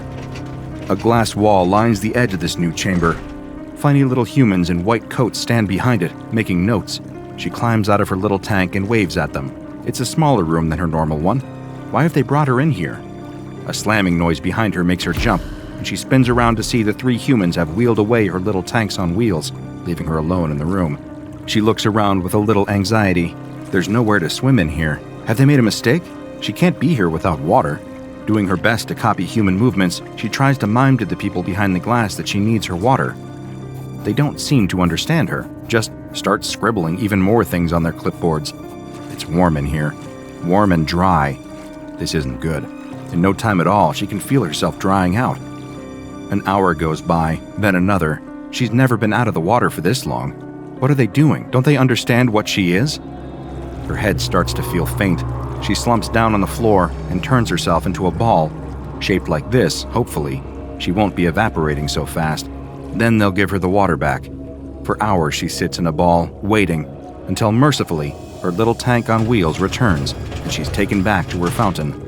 They do the same to her the next day, and the day after that, starving her for hours, then returning her to her fountain. They top up the water in it occasionally, but other than that, they don't seem to be doing anything nice for her at all. Are they doing this on purpose? Surely not. She's their friend. She's being kind, doing all of their weird games even when she doesn't want to. Humans aren't cruel, they wouldn't do that to her. But then she finds herself in a different situation entirely. They do the same as they've been doing for the previous few days, wheeling her into the testing chamber and making her stand there on her own. But it's colder today. Much colder. She tries to explain to them through the glass, rubbing her shoulders and shivering, but they just keep making their notes. This isn't good. She can't stand the cold. It's not good for her. Painful crystals start forming on the surface of her skin, stabbing into her and solidifying her body. She cries out noiselessly, but the humans keep going until she feels herself losing consciousness. Weeks go by, and with each experiment they do, the water nymph worries more and more that these humans aren't really her friends. They've started giving her mazes, complex plastic structures that she gets forced unceremoniously into, where she has to swim through various pipes and tubes until she can push a button on the other side. At first, she was expecting a prize. Maybe this is why they had her kept here for so long. They needed help solving these puzzles, and their fleshy bodies couldn't fit through the tubes. But nothing happens when she presses the button. They just pull a plug and drain her out of the bottom. Today, she's had enough. When are they going to put her back in the ocean? She's just going to wait here at the start of the maze until they tell her. It's only fair. The water in her chest leaps for joy as a human enters the test chamber and approaches her. She raises out of the water and waves to greet him, just as he lifts the long, strange device in his hand and jabs it into her chest. The electricity shoots all through her body and sets her mind ablaze. It takes all her strength not to burst into 1,000 droplets. Convulsing and crying, she falls backwards into the maze. The human brandishes the weapon at her again. She has nowhere to go but into the maze. She solves it in a split second, but as she presses the button, she feels a sinking feeling settling over her. What if they don't want to let her out? It's all her fault. What was she thinking? Her one shot at making friends, and she'd blown it. She sits crying in her fountain, feeling her tears flow into the water around her and back into her body. It was the acid. She hates acid, and always has. She'd swam near a factory once and got a dose of it. It hurt, more than anything she'd ever felt before. It would flow into her chest and sit there, burning and burning. She can still feel it now. So when the humans in the rubber suits had poured some into her fountains, she'd lost her temper, slamming into them with all her force. For months they've been hurting her, jabbing her and exhausting her. But they're her friends, right? And you shouldn't hurt your friends. You definitely shouldn't kill your friends. Shouldn't rip open their rubber suits and force yourself down their throats, drowning them in their own bodies. Her fountain's red with blood and burns from the acid. And it's all her fault. What had she done wrong to make them treat her like this? Why couldn't they just be friends? After a few weeks, a group of humans come in and clean up the mess, refilling her fountain with clean water. She doesn't lift her head above the surface. They install a pipe above her fountain that drip feeds water onto her. Drip, drip, drip. And just like that, she's no longer seen as human. Drip, drip, drip. The lights burn white. The door stays closed. Drip, drip, drip. The water nymph sits in her fountain.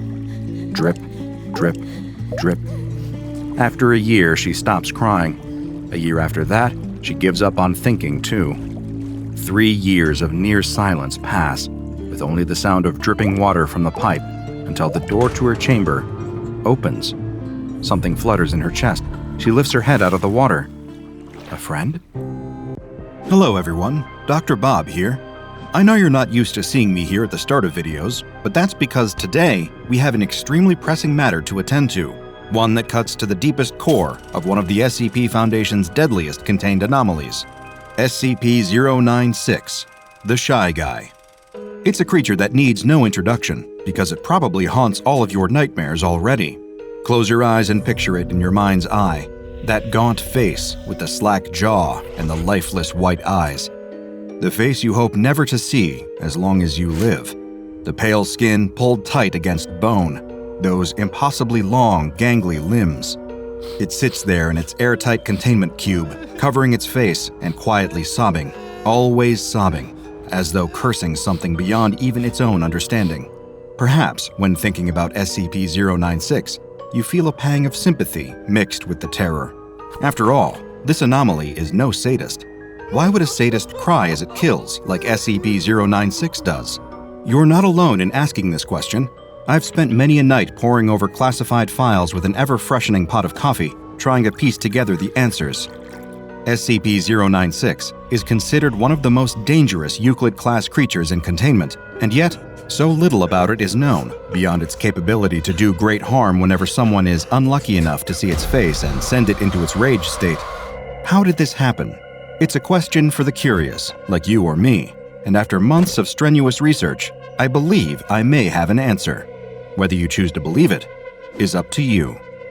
Just be warned, when you hear what I believe to be the heartbreaking, tragic origin of this terrifying and pitiful monster, you may never be able to look at him the same way again. Not that looking at him should ever be high on your list of priorities. It begins in a tavern in a small Nepalese village a few miles away from the Chinese border, where Mount Everest, the world's tallest mountain above sea level, waits. Its mere existence is like a challenge to the brave and foolhardy. "Conquer me," it seems to whisper. "Conquer me, and declare yourself above all those I have conquered. Become a god among men." It's always whispering like this, but few, in the grand scheme of things, can actually hear it. And sadly for him, the explorer is among those few. He's sitting in one of the tavern's many cozy nooks, picking away at a plate of mutton curry while sipping from a brass bowl of white chiang, a popular local drink. The explorer, living up to his name, has come a long way to get here. The rest of the village locals in the tavern eye him with a variety of knowing glances. They've seen so many like him before, smug smiles and puffed chests, thinking they'll be able to count themselves among the exalted few who've conquered the mountain to end all mountains. The bodies of many men like this are still frozen to the mountain's surface. One brave local, an older man who can speak English fluently, slides in across the table from the explorer. The old-timer tells him that whatever he thinks he'll find up on the mountain, honor, glory, recognition, he'd be better off searching for it elsewhere. Death awaits on the icy rocks above. The explorer, young, fit, and still feeling mighty smug, replies that death is there for the people who haven't worked hard enough, who haven't prepared. He's scaled other mountains before, all across the globe, from Scotland to Peru. Everest would hold no surprises for him, just a new, compelling challenge. The old man is, as you could probably imagine, unamused by the explorer's hubris. "All confidence and bluster now," he says with his thin, raspy voice. "But what will you say when you're face to face with the king?" The explorer, assuming that this king refers to the mountain itself, smiles and replies, "I'll ask him for his crown."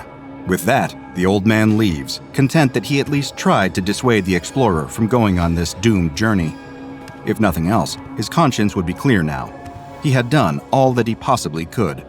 The explorer, not bothered by the grim prophecies of superstitious locals, finishes his curry and chiang and retires to the room he rented upstairs. He's so excited. Tomorrow, it will finally be time. All his months of training will pay off. He will climb to Mount Everest's peak. It would be an achievement to last a whole lifetime, one he would never ever forget, no matter how much he wants to. The next day, the tip of his ice axe cleaves into the mountainside as he grunts, strains, and pulls himself up another few feet. He's about 2,000 meters up, and every additional meter is fighting him. It's the bitterest cold he's ever known, a freeze so deep it makes his incredibly expensive thermal locking clothes feel like he's wearing wet, one-ply toilet paper. But the pain doesn't matter. The cold doesn't matter. He finds it exhilarating. Of course, just as the old man had warned, death could be waiting for him on this mountain. But the truth is, the explorer has never felt more alive. He winches himself up a few feet more, trying to regulate his breathing as his icy fingers, wrapped in thick gloves, struggle to find purchase on what feels like a sheer cliff face. There are many times when he's supporting his full body weight with only his hands. It often takes the kind of Herculean strength that only a lifetime of training can give you. After all, there's no room for error on Mount Everest. One wrong move, and you're either plummeting to your death or becoming a permanent frozen fixture of the mountainside. And because Everest is so dangerous, nobody comes to collect the bodies of dead mountaineering hopefuls. Their corpses, coated in often colorful winter jackets, litter the mountain. Some look at them as a tragic warning. Other, more morbid mountaineers use them as mile markers for their own more successful ascents. Whether the explorer would be lucky or become just another dead, frozen mile marker is still entirely up to chance. He climbs for a few more hours, pushing past his body's complaints, his physical limitations, until he reaches a well-earned plateau. Here, he establishes a small base camp and eats some of his rations. The area is thankfully guarded enough to keep out the worst of the sub-zero winds, so he can at least get some sleep without freezing to death. Mount Everest cannot be conquered today, and even someone with the explorer's bravado wouldn't dare to try. But as he settles down to sleep for the night, he can't help but look up, and the enormity of what stands before him he finds utterly terrifying. The mountain just keeps going and going and going, stretching up into the misty heavens, like the tip would only be a short jump from the moon. For the first time, the explorer begins to genuinely wonder, will I scale this mountain, or will I die on it? What he never even considers is that there may be a third option that's so much worse. Over the next few days, he keeps climbing further and further. Hundreds, then thousands of meters pass under him as he breaks past even the boundaries biology seemed to set for him. He's impossible to deter, an engine of pure, burning willpower, going because he knows he cannot stop. Because he knows that if he throws in the towel now, it will have all been for nothing. He'll be just another failure, one speck among billions. He'll have no meaning, no legacy. He'll just be another average Joe, forgotten.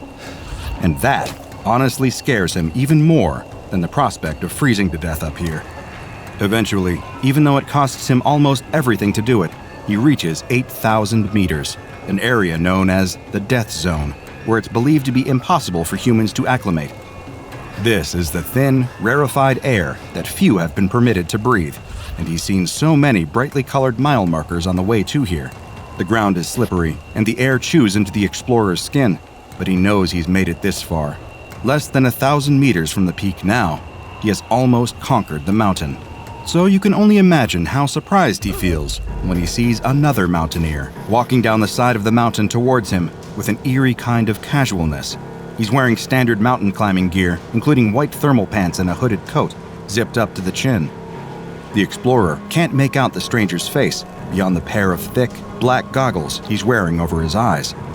What the hell is going on here? The second the stranger's eyes fall upon him, he feels a frightening sensation. The bite of the cold is gone. The chilling winds can't reach him.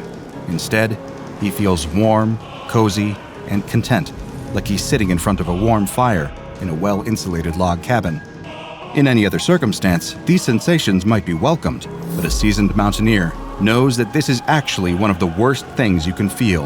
It means that death is creeping in, and your body is opening the front door and welcoming it. And if this stranger is causing that feeling, then one thing is certain. He's bad news. The explorer wants to turn and run, but he finds that he can't. It's almost as though he's frozen in place, entranced by the warm, inviting feeling that the other mountaineer seems to exude as he gets closer and closer. That's when the explorer notices something strange about him. Something is glowing through his goggles, like hot embers, burning a bright, luminous orange. Are those eyes? Dear God, are those his eyes? The explorer can feel their terrible stare, literally feel it. It hurts to be looked at by this monster. Yes, that's what it is. A monster. A monster in the shape of a man. Why are you here, mortal? Comes a booming voice from the inhuman mountaineer. Do you wish to challenge me? The explorer can't form words. He's quaking, his body acknowledging the cold that his mind can't as those two glowing eyes bore into him. Speak, the stranger commands. Who? What are you? The explorer forces out between chattering teeth. The stranger laughs. I am the king of the mountain. Though to the SCP Foundation, he's better known as SCP-1529, and he's the worst possible thing you can run into while trying to scale Mount Everest. The explorer remembers his conversation with the old man in the tavern, the question he asked, "What will you say when you're face to face with the king?" And his own foolish answer, "I'll ask him for his crown." Now, really, truly face to face with the king of the mountain, all the poor terrified explorer can do is whimper and beg for mercy. "Please," he says, the tears freezing on his cheeks as they fall. "I just wanted to climb." The king of the mountain gives another booming laugh, his eyes burning. "Then you will climb," he says, "and climb, and climb, and climb." The king of the mountain must have wielded truly unspeakable power to do what he does next. With a simple nod, the explorer is suddenly hanging off the mountainside, his fingers digging into the craggy rocks. The only thing supporting his weight. It was like being back at square one all over again, except with added pain, terror, and cold so deep he can feel his bones rattling. And all the while, he feels those eyes upon him, those burning, fiery eyes, staring with absolute malice. He keeps climbing. Every time he reaches a plateau, a place where he might camp and find even momentary comfort, the king of the mountain is already waiting there, staring that horrible stare. And just like that, the explorer was climbing again, wind whipping against him like 40 lashes from a cat o' nine tails. That, coupled with the endless strain of the climb on his muscles, is the worst agony he's ever felt. And yet, he never dies. Even though he hasn't eaten in days, weeks, months, years, he never, ever dies. He just fulfills the same torturous loop over and over again. It's like the king of the mountain is just keeping him alive for his own amusement, a toy that's impossible to break. But while the explorer never breaks, as time goes on and the torments never cease, he does begin to change, like rock being molded by the tide. First, from the endless stress, his hair falls out. His skin goes pale from the lack of sun. His body becomes thin and wiry from starvation and malnourishment. The endless physical strain even warps his limbs. His arms and legs begin to stretch, his body becoming elongated and grotesque. All the way through this horrific, dehumanizing ordeal, the king of the mountain stares at him. One day, the explorer, now changed, reaches a plateau, and as can be expected, the king of the mountain stares at him with his burning eyes. The explorer cowers and covers his face with his hands, sobbing from exhaustion. He just wants the king of the mountain to look away, to leave him be. He babbles incoherently. He doesn't want to be seen anymore. His pain simply makes the king of the mountain laugh. "I gave you your wish," the mountain king says, his voice oozing with contempt. "You climbed, didn't you? You thought that your climbing would elevate you, make you more than human. But now, you're so much less. Our business concludes here.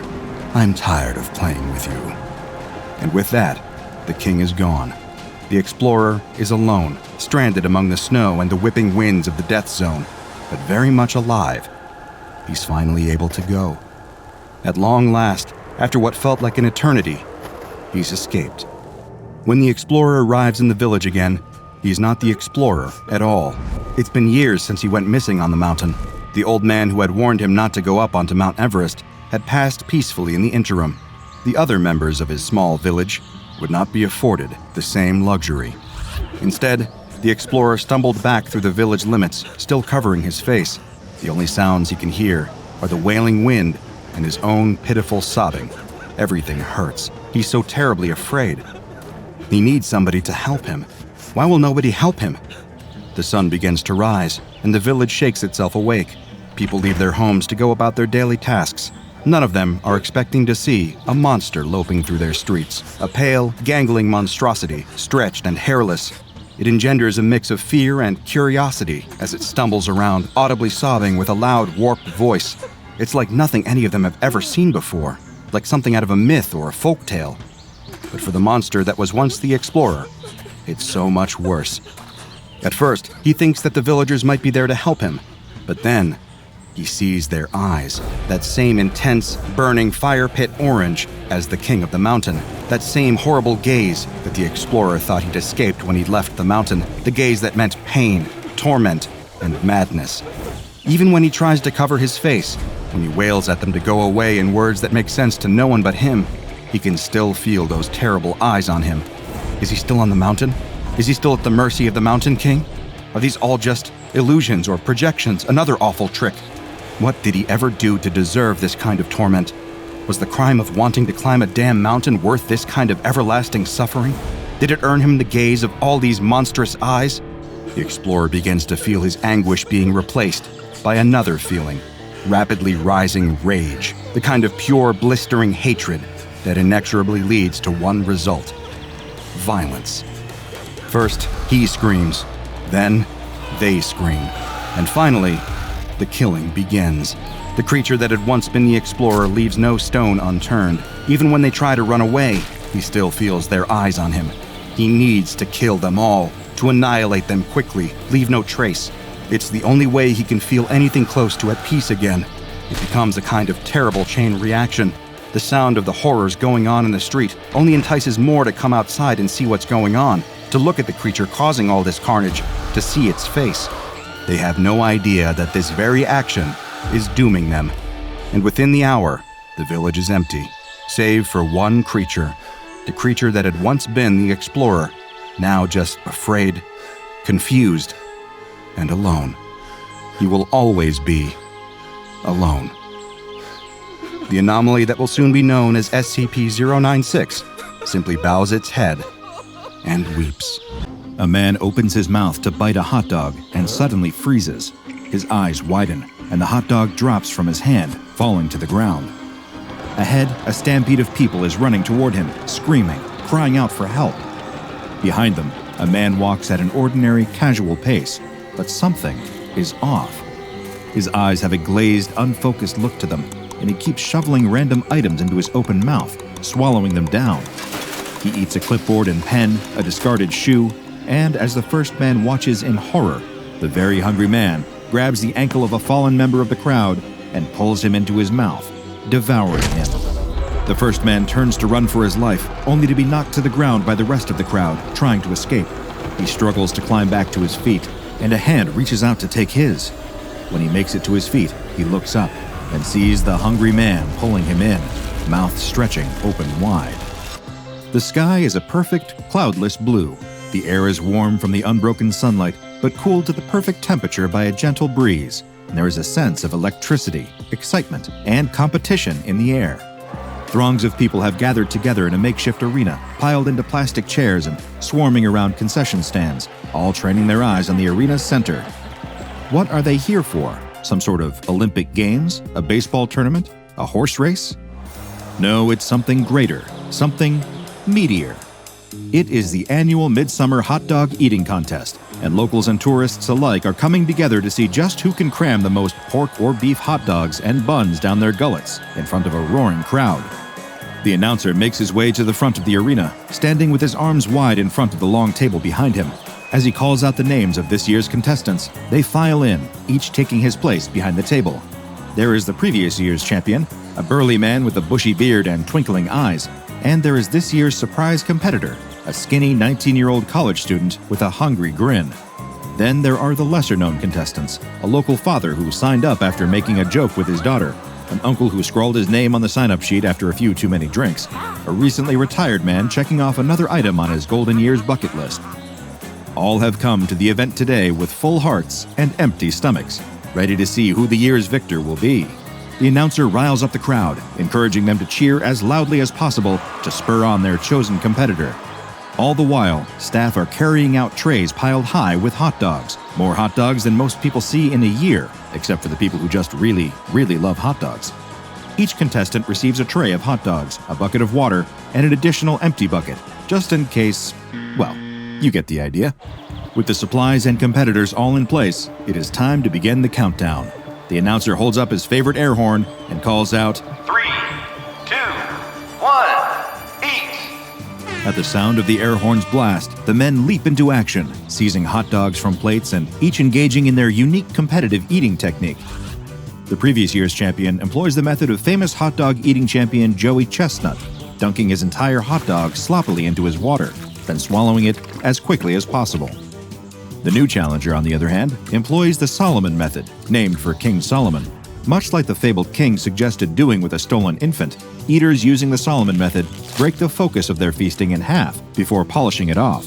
One of the more casual competitors attempts a divide and conquer technique, eating first the dog itself and then the bun.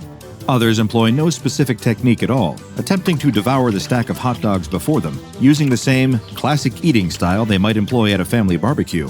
This is a grave mistake. One by one, the less prepared competitors drop out, spitting into their buckets, wiping meat sweats from their foreheads, waddling out of the arena while groaning and holding their aching stomachs. Soon, only the two frontrunners remain. But what's this? A challenger approaches. An unassuming black man, clad in a shirt and dress pants, rushes into the arena, his face a mask of single-minded determination, and begins seizing the discarded hot dogs off the table, gobbling them up as fast as he can. The announcer and the rest of the audience watch in stunned disbelief. This is unprecedented, and as exciting as it is, definitely against the rules. This man is not a registered competitor, and he certainly can't join the contest in the champion stretch. Unsure of what else to do, the announcer beckons to the staff on the sidelines, ushering them back toward the table to clear the food and escort this surprise drop-in out of the arena. The audience watches with rapt attention as the staff members attempt to remove the stranger from his place at the table. He shakes his head violently, refusing to go, and snatches the hot dogs away from them, even as they try to clear the trays away. All the while, the remaining competitors standing are attempting to stay the course and finish strong in spite of the interruption. The new, younger man collapses, slumping down onto the table in a hot dog-induced stupor. He has tapped out. The victor is the previous year's champion, with a staggering ultimate tally of 38 hot dogs. As 4 staff members work together to wrestle the stranger out of the arena, the champion steps forward to receive his trophy. The crowd roars as he holds up his arms, grinning ear to ear and basking in yet another win. The announcer can still see the staff struggling with the stranger out of the corner of his eye, but this crowd wants to see their champion crowned, and the show must go on. So he grabs the Hot Dog King sash, the crown made from gold-plated, hot dogs, and even the massive gold trophy. He crowns the winner, placing the sash over his shoulders. Then, as the music swells triumphantly, courtesy of the local high school marching band, the announcer holds up the trophy, sunlight glinting off its shiny surface. It represents so many things: achievement, celebration, the ability to eat just so much meat and not get sick, and now it is time for it to be awarded to the man who earned it. The announcer stretches his arms, handing over the trophy to the contest winner, when all of a sudden, another hand grabs hold of its handle, ripping it from the announcer's grasp. The stranger has returned, somehow freeing himself from the multiple security guards who escorted him away, and he has taken the trophy for himself. But he isn't just attempting to crown himself the Hot Dog King. No, this is not a simple coup de hot dog. He lifts the trophy up over his head, opening his mouth as wide as it will go, and tears the metal in half with a horrible screeching sound, shoving the pieces into his mouth, chewing and swallowing. By the time the announcer and the champion recover from their shock enough to move again, the trophy is completely gone, vanished into the stranger's belly. After a day of seemingly impossible feats of feasting, the sight of this strange man consuming a truly impossible meal of metal is just too much for the already anxious crowd to take. The arena erupts into absolute chaos as people spill out of their seats en masse, fleeing the area. The champion, however, does not turn and run. He feels robbed of his victory. Though it may have occurred in an utterly bizarre fashion, he won't stand for this kind of disrespect. He has trained all year for this moment, only to watch his trophy be eaten right in front of him. He marches right up to the stranger and pokes him in the chest, demanding to know who he thinks he is. What gives him the right to crash the hot dog eating contest, interrupt the proceedings, and upstage his victory by chowing down on the trophy? The man doesn't answer him, so the champion continues to berate him, wagging his finger in his face. The stranger's eyes follow the finger, and slowly he opens his mouth. There is a sudden chop, and the champion screams, holding his hand to his chest, using his shirt to stem the bleeding. He turns to run with the rest of the crowd, but it's too late. The stranger's hand clamps down on his shoulder, holding him in place with a surprising strength. The only thing he sees before his life is snuffed out is the stranger's wide-open mouth, before everything goes dark with another sickening chomp. All the while, the crowd's terror rises to a fever pitch at the horrible sight. They trample each other as they scramble to vacate the area, shoving strangers and loved ones alike out of the way in a bid to escape this mysterious equal-opportunity omnivore with an appetite for far more than just hot dogs. Some manage to escape, running far enough from the arena that they can stop to catch their breaths and glance back at the ones who were not so lucky. Those who tripped and fell in the madness, who had the wind knocked out of them by an elbow to the gut from one of their neighbors, those with weak ankles or who hadn't tied their shoes carefully enough. All of these poor, unfortunate souls are next on the menu for the stranger. He devours them one by one, rarely even stopping to chew. As one surviving woman watching from a distance pulls out her phone to call 911, she can't escape noticing the parallels to the contest itself, the way the stranger eats with a singular focus on consuming as much as possible.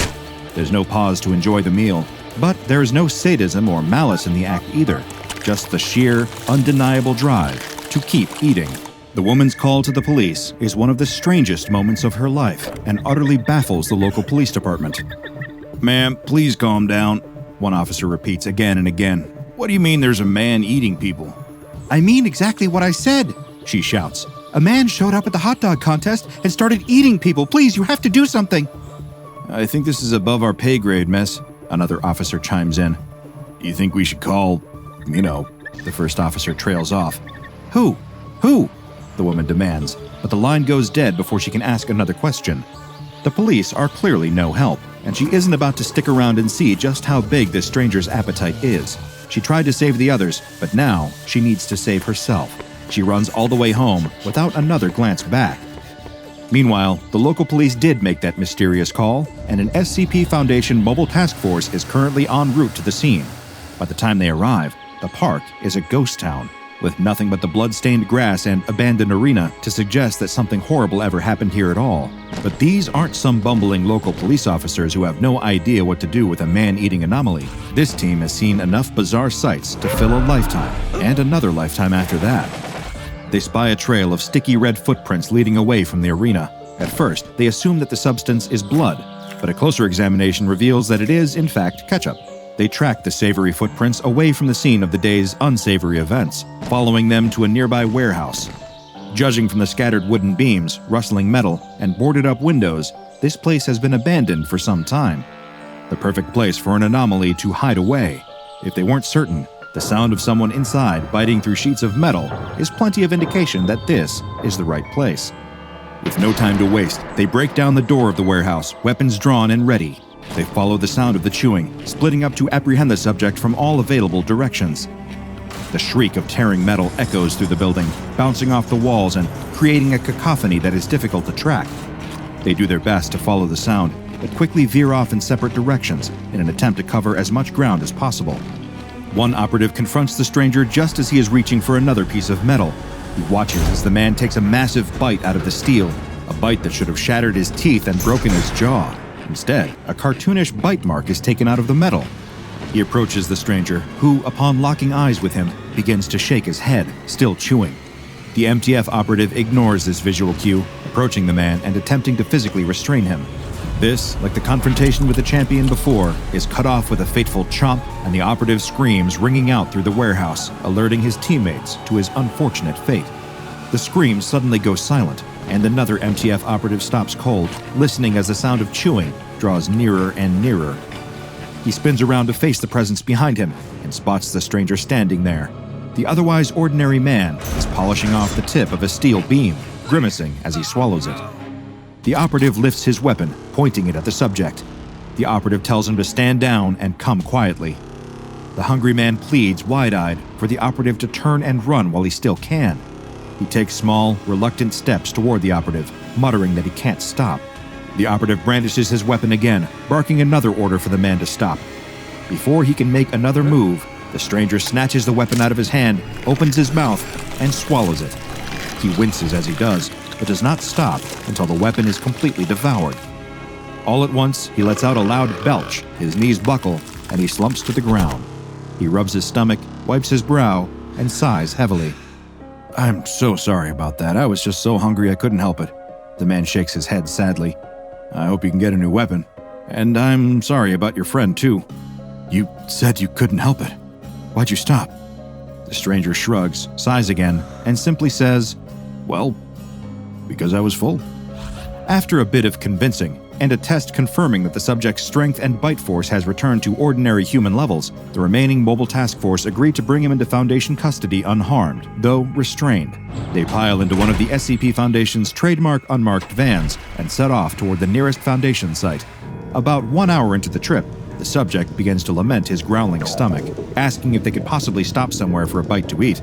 Ordinarily, this is against protocol, but after what happened to their teammate, the task force members aren't taking any chances.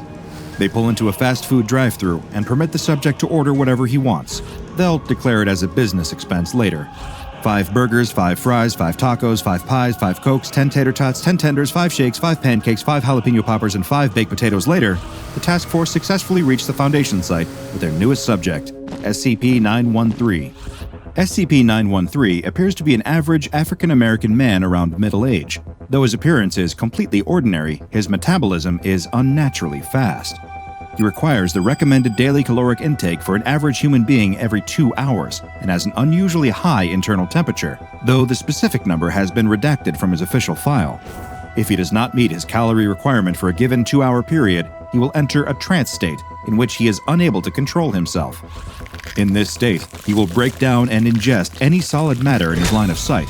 This includes matter that would ordinarily be indigestible, including wood, plastic, and metal.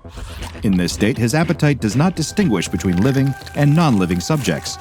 When he is in this hunger-driven state, he is aware of all his actions, but cannot stop himself, even when he eats dense materials that cause him extreme discomfort.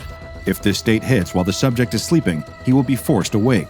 In addition to his anomalous appetite, SCP-913 can rend objects at an estimated force of 3,000 newtons and can bite objects with an estimated force of 5,000 newtons when eating them.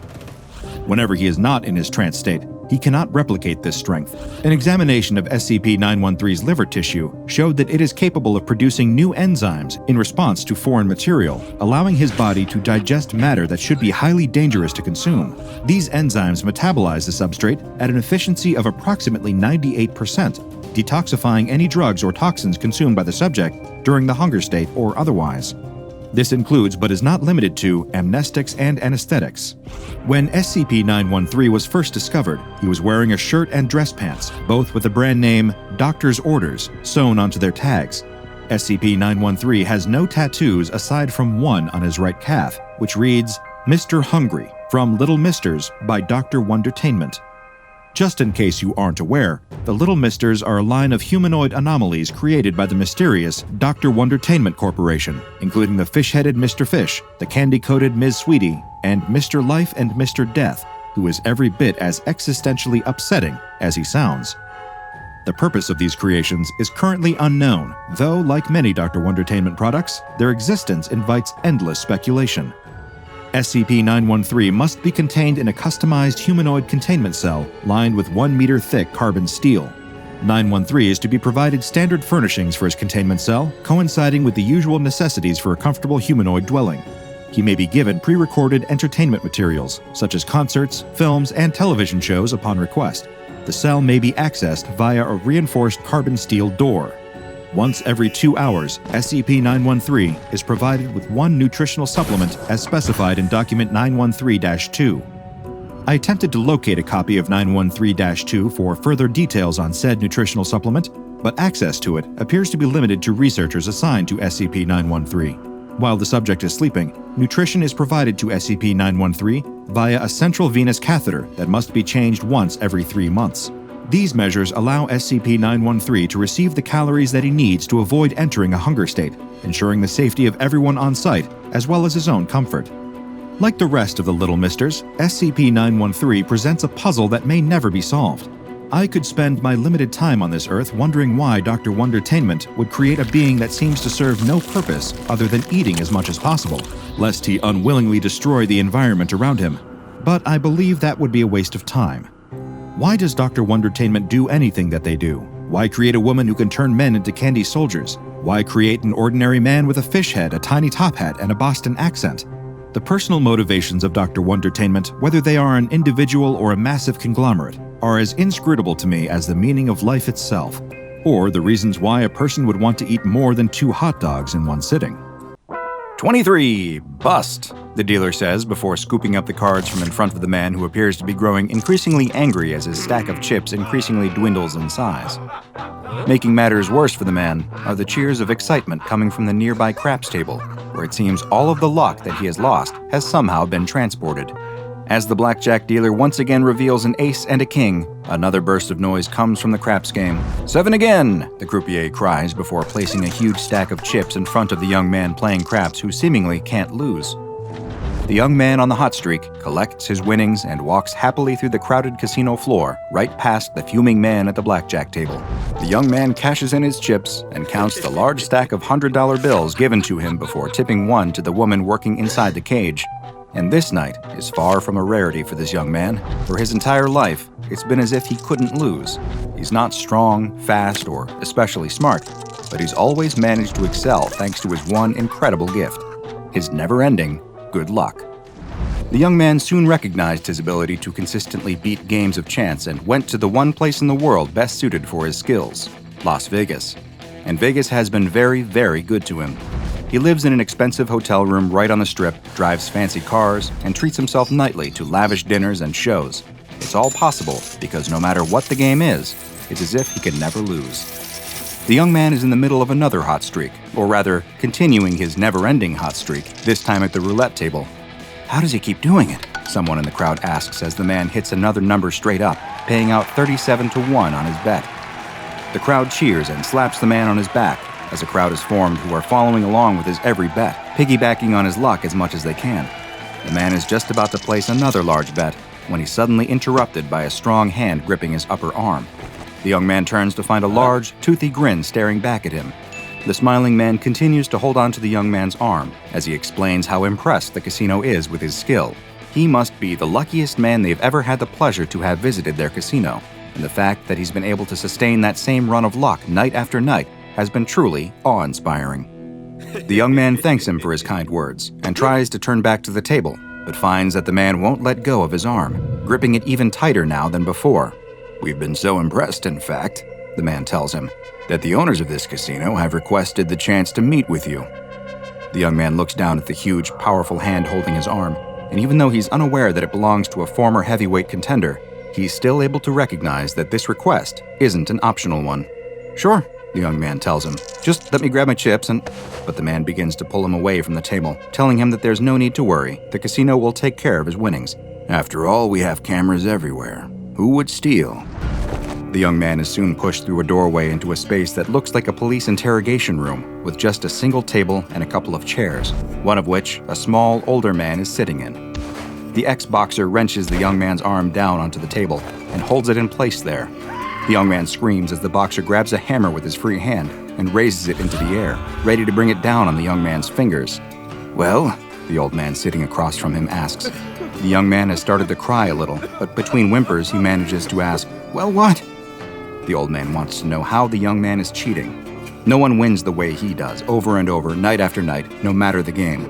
The young man insists that he isn't cheating, he's just lucky. He always has been, but the old man isn't buying it. He nods to the boxer, who raises the hammer up again, but still the young man doesn't admit to anything. "I'm just lucky, I'm just lucky," he keeps repeating over and over in between sobs. The old man stands up and pats him on the shoulder. "Maybe you are," he says, before slipping something into the man's pocket. The police then enter the room and immediately take a set of loaded dice from the same pocket. He's in real trouble now. The young man is shoved into a holding cell at the jail and looks around at the other men, wondering if his luck has finally run out. He squeezes in on one of the benches lining the wall and accidentally bumps the man sitting next to him, waking him up from his nap. The man is angry at having been disturbed, but grows even angrier when he realizes who just woke him. It's the man who seemed to take all the luck. The young man doesn't seem to have noticed that he's upset at him at all, though. What he has noticed is that there's a penny on the floor in front of him. The young man bends to pick it up just as the man next to him throws a haymaker. His fist slams into the wall right where the young man's head just was, shattering many of the bones in his hand. The young man jumps up with a fright and runs across the small cell as the other men being held also leap to their feet, some crying out in confusion, others cheering on the violence. The young man cries out to the guards for help, but no one seems to be coming to his aid. He looks around the cell, but there's nowhere for him to hide. The angry man, now madder than ever with a hand that is rapidly turning purple and blue, approaches him. He lifts the young man up with his good hand, holding him in the air by his throat. "I'm gonna kill you," the man cries before the door to the cell opens. The young man watches as the taser prongs fired by the jail guards appear on the man's chest, and he drops the young man to the floor before falling backwards from the 50,000 volts coursing through his body. The young man would learn the next day that the angry man was dead before he even hit the floor, the result of a congenital heart defect and a lot of bad luck. The young man stands before a judge who is listing off the charges against him, which include cheating, a felony in this state that can result in a sentence of up to 5 years in prison. "But this isn't your first offense, is it?" the judge asks. The young man tries to explain that those previous times were all mistakes. He's never cheated in his life, but the judge doesn't want to hear it. The young man is sitting in the hallway outside the courtroom when his lawyer emerges from his meeting with the judge and prosecutor. "Boy, are you a lucky guy," his lawyer tells him. He goes on to explain that even though the case against him is airtight, the charges are going to be dropped, provided he admits himself to a special program. The young man assumes it must be some kind of gambling addiction program. In no way is he addicted to gambling, but what choice does he have? It's either that or prison. The choice is easy. As the young man exits the courthouse, he is approached by a man in a suit who leads him to a black van parked nearby.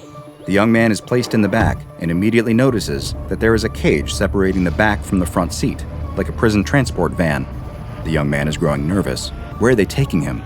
This all seems like it's happening so fast. Can it even be legal? And what about his things that were taken at the jail? "Excuse me," he asks the driver. "What about my things? I don't even have my wallet." "Don't worry about that," the man driving the van tells him. "You won't need any of that anymore. You're D-class now." The man doesn't have any idea what that means, but he can tell it isn't good. His luck may have finally ran out. The young man, who once lived the life of a professional Las Vegas gambler, was given a new name, D-87465. But as you'll see, that name wouldn't last very long, and soon would be known as SCP-181, or as the SCP Foundation staff like to refer to him, Lucky. SCP-181 was first noticed by the Foundation following his being arrested for repeatedly defrauding the Nevada Gaming Commission. He was originally made a member of the Foundation's Class D personnel, the guinea pigs of the SCP Foundation who are used for various tests with anomalies in order to better understand their properties. However, it soon became clear that the man's ability to consistently beat the odds had nothing to do with cheating. In his first experiment, which took place at Armed Reliquary Containment Area 02, where he and several other Class Ds were exposed to an SCP that is known to incite extreme anger and murderous tendencies in those who come into contact with it. Just as expected, one of the other D-Class members became enraged and began rampaging, killing all of the other Class Ds present, all except for one. Through what appeared to be a stroke of good luck, the frenzying D-Class seemed to miss D-87465, who had laid down on the ground amongst the other bodies and was playing dead. An armed response team soon entered the experimentation cell and put down the rampaging D-Class, sparing D-87465. He was next submitted to a test with SCP-015, a creature that resembles a large snail with a muscular foot shaped like a six-fingered clawed hand. SCP-075 is much heavier than its small size makes it seem like it should, weighing approximately 860 kilograms. Despite this, it is able to move at an extremely high speed, quickly leaping towards anyone who comes near it and spraying them with a deadly corrosive liquid. D-87465 was placed in a cell with SCP-075 as part of a test to measure its speed and reaction time. But despite SCP-075 having immediately killed all other prior D-classes during tests, D-87465 somehow managed to keep avoiding its leaping attacks. He was always able to guess which direction to move in order to dodge the deadly snail, like a soccer goalie who always picks the right way to dive to stop penalty kicks. Having now survived not one, but two experiments that exposed him to Keter-class anomalies, researchers needed to find out if D-87465 was himself anomalous, or simply a statistical anomaly. In order to test this, the D-Class was placed in the containment cell of SCP-082, better known to most as Fernand the Cannibal, a grotesquely huge humanoid with ogre-like features who often dresses like a Victorian-era aristocrat and will regale his guests with outlandish stories before inevitably eating them. But there was something different about D-87465. After a full month of survival in 082's cell, a length of time that had resulted in all the previous test subjects being consumed, SCP researchers suspected that this D-class's incredible ability to survive was much more than dumb luck. But they needed to test him even more to see if his powers extended beyond just the ability to survive. D-87465 was removed from regular D-class duties, and researchers began performing various tests on him, watching as he flipped a coin 50 times in a row, with it coming up heads every single time.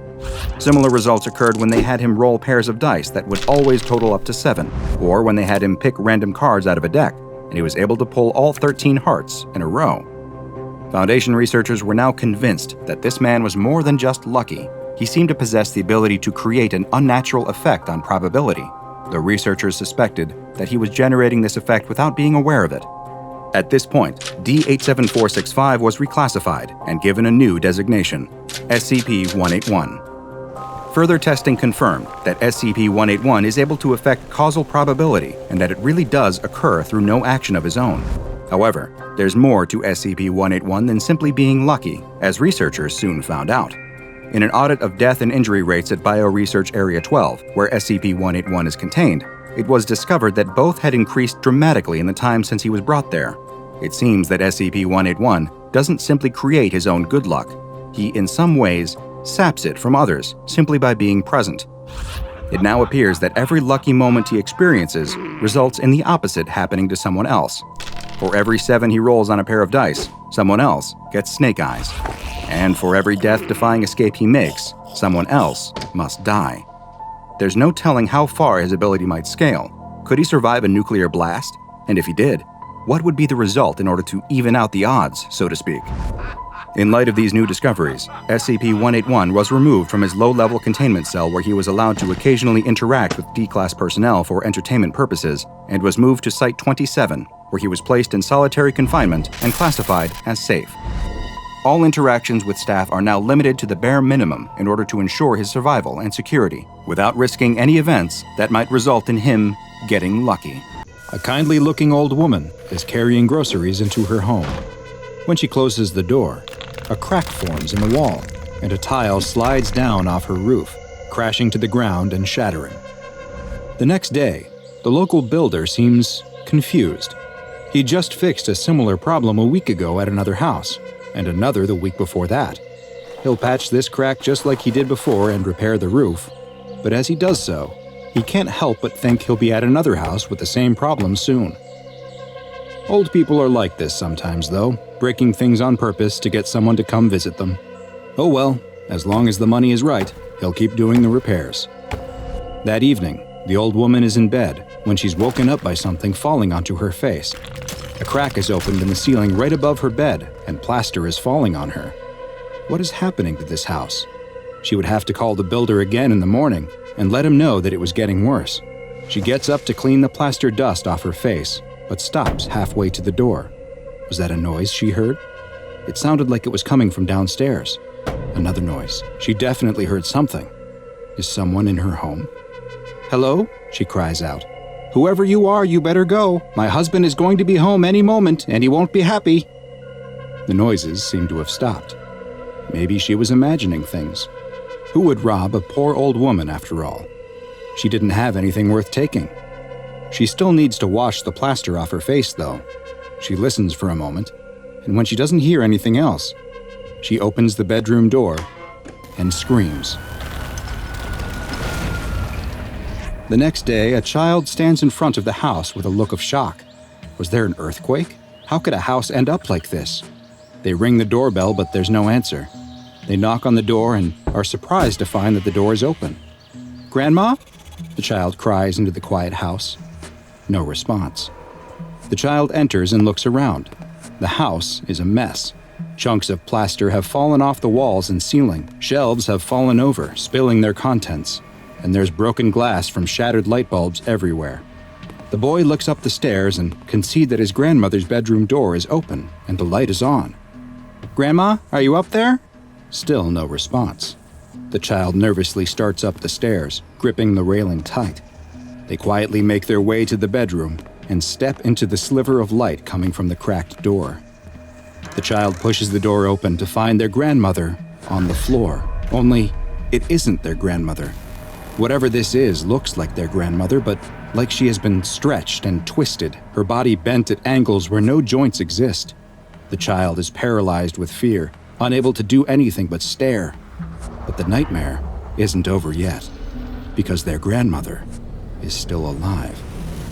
Sadly, reports like these are all too common in this small town that is plagued by attacks from SCP-783, also known as the Crooked Man. SCP-783 is an extremely dangerous anomalous creature that is currently plaguing the population of Tembe, a small rural village in Oxfordshire, England. Every 12 years during the fall and winter months, SCP-783 will engage in a period of hostile behavior that lasts for roughly 70 days, during which time it will target and attack people who are indoors and alone after sunset. Those targeted by SCP-783 will find that the building they are in rapidly deteriorates, causing damage and creating structural integrity issues. These often appear as cracks on the outside of the building that lead to the buildings taking on a crooked appearance. Unfortunately, while the SCP Foundation is aware of both the location and the periods within which SCP-783 operates, it has so far been unable to prevent any attacks. Additionally, the Foundation has yet to be able to produce either an image or even a physical description of SCP-783 due to the effect it has on recording equipment. Cameras set up to capture the anomaly produce only distorted or corrupted footage, leaving its appearance a mystery. Victims targeted by SCP-783 meet a fate that is, in many ways, worse than death. Their bodies will experience extreme deformations, as their bones suffer dozens of fractures and are stretched and twisted in various unnatural directions. They are then healed by the rapid generation of cartilage and the growth of extra skin to cover the new elongated limbs, leaving the victims a malformed knot of gnarled extremities. Some of the cases are quite severe, with one victim having just their forearm extended to over 2.4 meters, and another who was left stretched to 12.5 meters in height. Despite the gruesome injuries suffered, the majority of victims are still alive following the attacks, though they will more often than not be left completely paralyzed, in a persistent vegetative state, or both. 27 victims of SCP-783 are currently being held in a long-term care facility within a wing of a local hospital that was requisitioned by the Foundation specifically for the care and treatment of 783 victims. Like many of the anomalies that the SCP Foundation investigates and contains, many of the residents of Tembe appear to have some awareness of the Crooked Man, and the anomaly has become something of a local boogeyman. Researchers have even documented local school children singing a nursery rhyme that appears connected and may even explain the origins of the creature. It goes, "There lived a crooked man who made a crooked deal. He kept a crooked cane and his catch in crooked creel.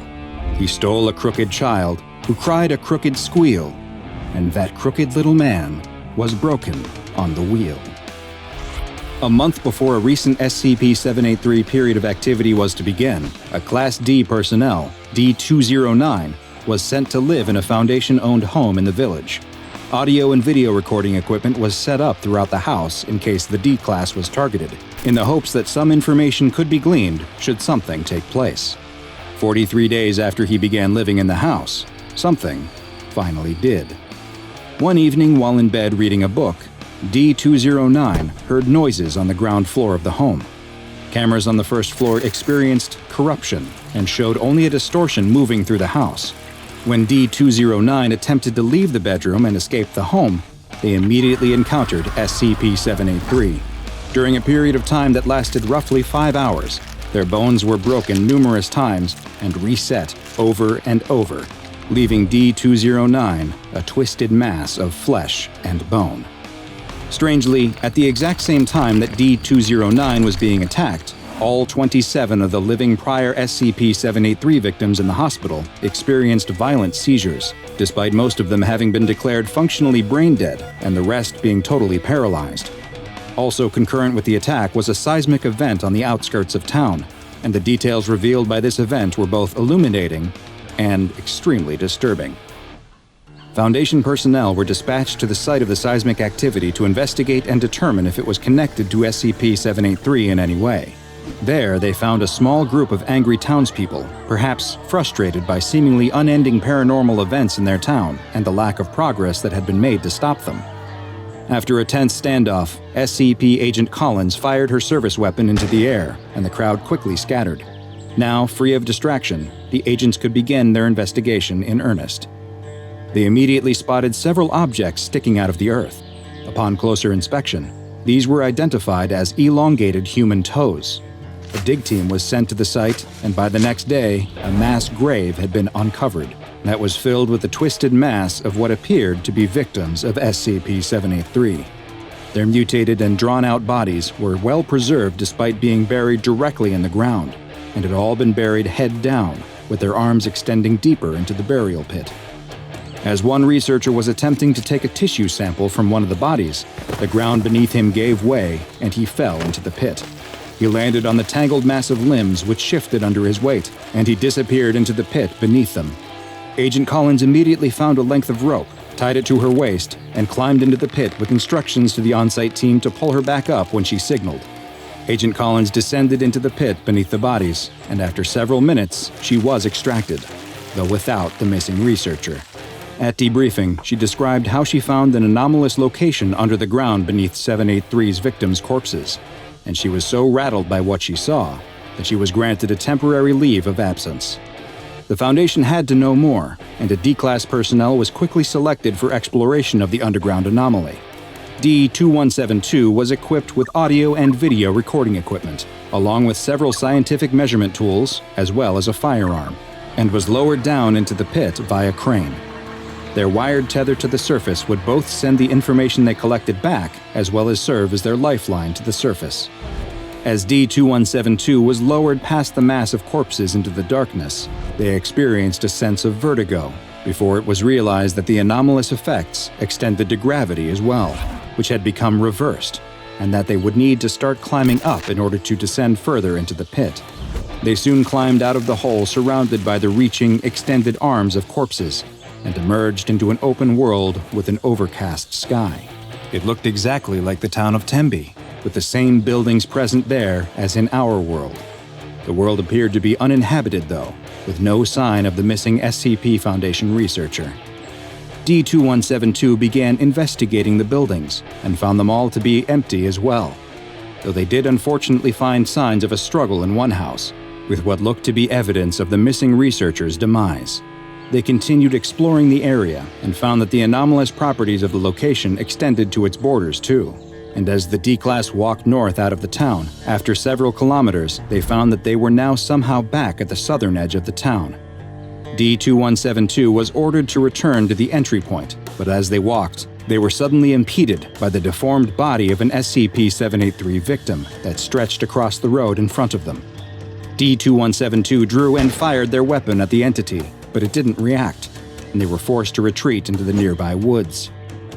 After several minutes, they stopped to rest when they spotted something else.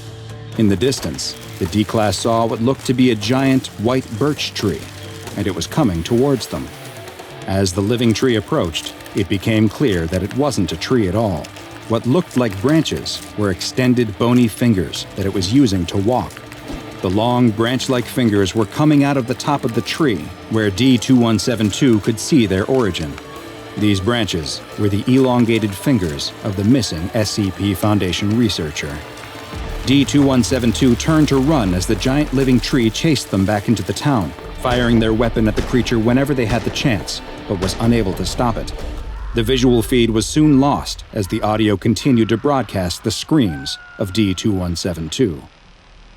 But this wasn't the end of the expedition. The on-site team was surprised to witness after several hours that the tether was pulled on twice, the signal that it should be reeled in. A medical team was sent to the site, since it was assumed that D-2172 would need immediate care, and the team began reeling in the line. After several minutes, they spotted the harness that should have been strapped to D-2172, but with nothing in it. They continued to pull, but the harness became stuck on the mass of corpses in the pit. They then noticed that it wasn't actually stuck. There was a hand holding onto the harness for dear life. It was D-2172's hand. The team kept pulling as D-2172's arm kept stretching out of the pit to a length of over 3 meters. But eventually, the resistance became too much. D-2172 lost its grip, and it was seen sinking back into the mass of corpses inside the pit. Following this expedition, it was determined that only special operations teams and mobile task forces would be used to explore the dangerous anomalous location in the future. At least 3 such expeditions have been undertaken, though the details remain classified for the time being, and perhaps it is for the best if they remain so. The SCP Foundation will continue to monitor the town of Tembe in an attempt to learn more about SCP-783 and hopefully discover a means to contain it and its related phenomena. Due to the difficulty in containing the anomaly, it has been classified as Keter, and a local building adjacent to the Tembe Hospital has been requisitioned and designated as Provisional Site 5 in order to accommodate the increased Foundation presence. As the SCP Foundation continues to research this mysterious and highly dangerous anomaly, any victims of SCP-783 are to be retrieved, their injuries cataloged, and then their bodies are to be incinerated. A child is sleeping happily in their bed, dreaming of Christmas morning. What they don't hear, as they sleep, is the sound of SCP-4666 slipping into their room. SCP-4666 watches the child for just a moment before reaching into a giant bag. Hi, I'm Dr. Bob, and this is SCP-4666, also known as the Yule Man. SCP-4666 is thought to be a single humanoid entity, but one that has been alive for an incredibly long time. Those who have come into contact with SCP-4666 and lived to tell the tale describe him as being very tall, between 2 and 2.3 meters. He also appears to be very old and very thin. He always appears without clothing, even when the weather is below freezing and would be much too cold for any normal human to survive. Though the true extent of his anomalous properties are still unknown, SCP-4666 seems to be able to travel instantaneously to any location on Earth above the 40th line of north latitude, and may actually be able to travel anywhere on the planet. Encounters with SCP-4666 have only been reported during a very specific time of year, a period of 12 nights running from the night of December 21st to the early morning hours of January 2nd. This period is known as SCP-4666's active phase, and the encounters with the anomalous humanoid creature have been termed Weissnacht events. During these events, SCP-4666 appears at family dwellings, all of which, so far, have a few things in common. 1. They are all isolated in rural areas. 2. They are in locations with snow that covers the area for the duration of the event. And 3. They are all home to a family with at least one child under the age of 8. In places that match all of those characteristics, Weissnacht events sometimes occur and always follow the same basic progression. During the first 7 nights, the children will report seeing a strange figure within the vicinity of the home. The entity will seem to be watching the home from a distance, such as from across a field or from the edge of a nearby forest. Some children have even reported waking up at night to find SCP-4666 watching them sleep through a window. On nights 8 through 11, other family members will report hearing the entity, such as footsteps on the roof or in the attic. A bad-smelling odor will also start to be noticed in the house, but no source of the smell is ever found. These strange occurrences will often lead the family to think their house may be haunted, or that they're being terrorized by a madman. Finally, on the 12th night, one of 2 scenarios can occur. In the first, which happens roughly 15% of the time, families will often report that they heard footsteps during the night inside of their house, but there is never any sign of forced entry like broken windows or doors. In the morning, the children will find crudely made toys at the foot of their beds. For the lucky ones, this is the end of the Weissnacht event for them. The roughly 85% who experience the other scenario are considerably less lucky. In the vast majority of cases, the 12th night is a horrible experience. SCP-4666 still enters the home on the final night. But rather than leave presents for the children, it incapacitates the family and moves them all into a single room, where it proceeds to kill them one by one in view of the rest of the family. The exact method of killing varies from event to event, but there's almost always an element of torture that occurs before they are finally killed, and this torture may serve a ritualistic purpose. The entire family is killed except for one of the children, who is under the age of 8. This child is instead abducted and placed into a giant bag SCP-4666 carries with it.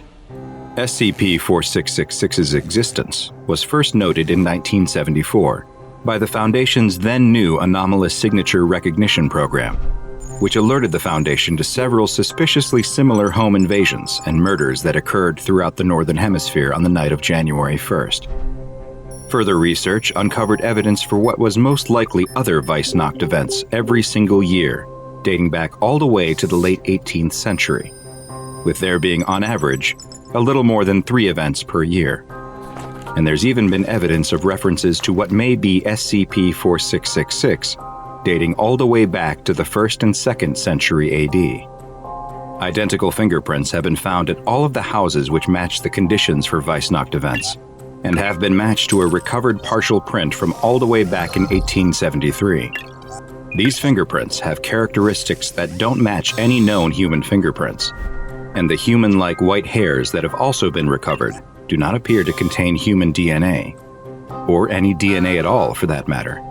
In the rare Weissnacht events where SCP-4666 does not murder the family and gifts are left behind, the gifts are anything but normal.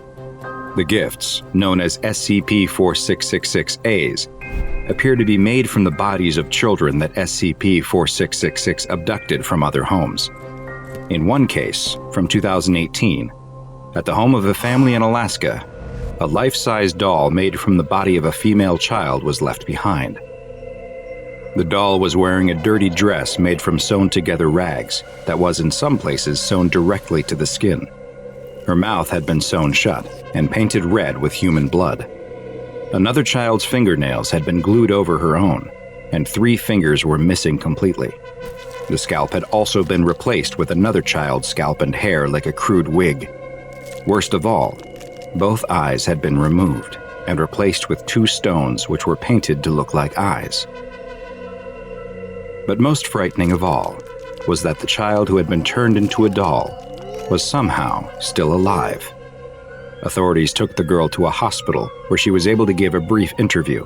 She explained that the man who abducted her had killed her parents before putting her into a giant bag where there were other children too.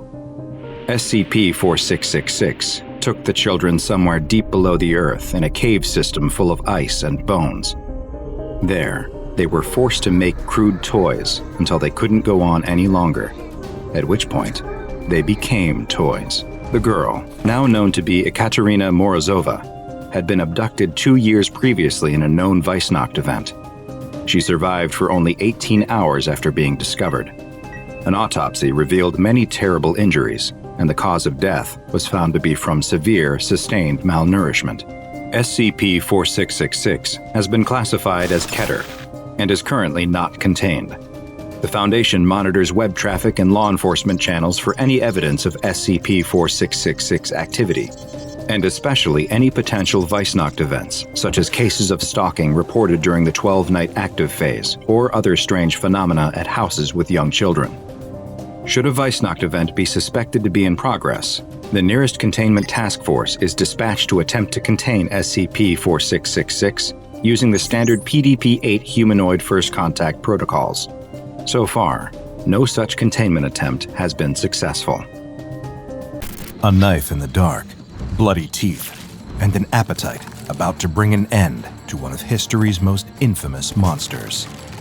The year is 1888, and the streets of London are teeming with tension and fear.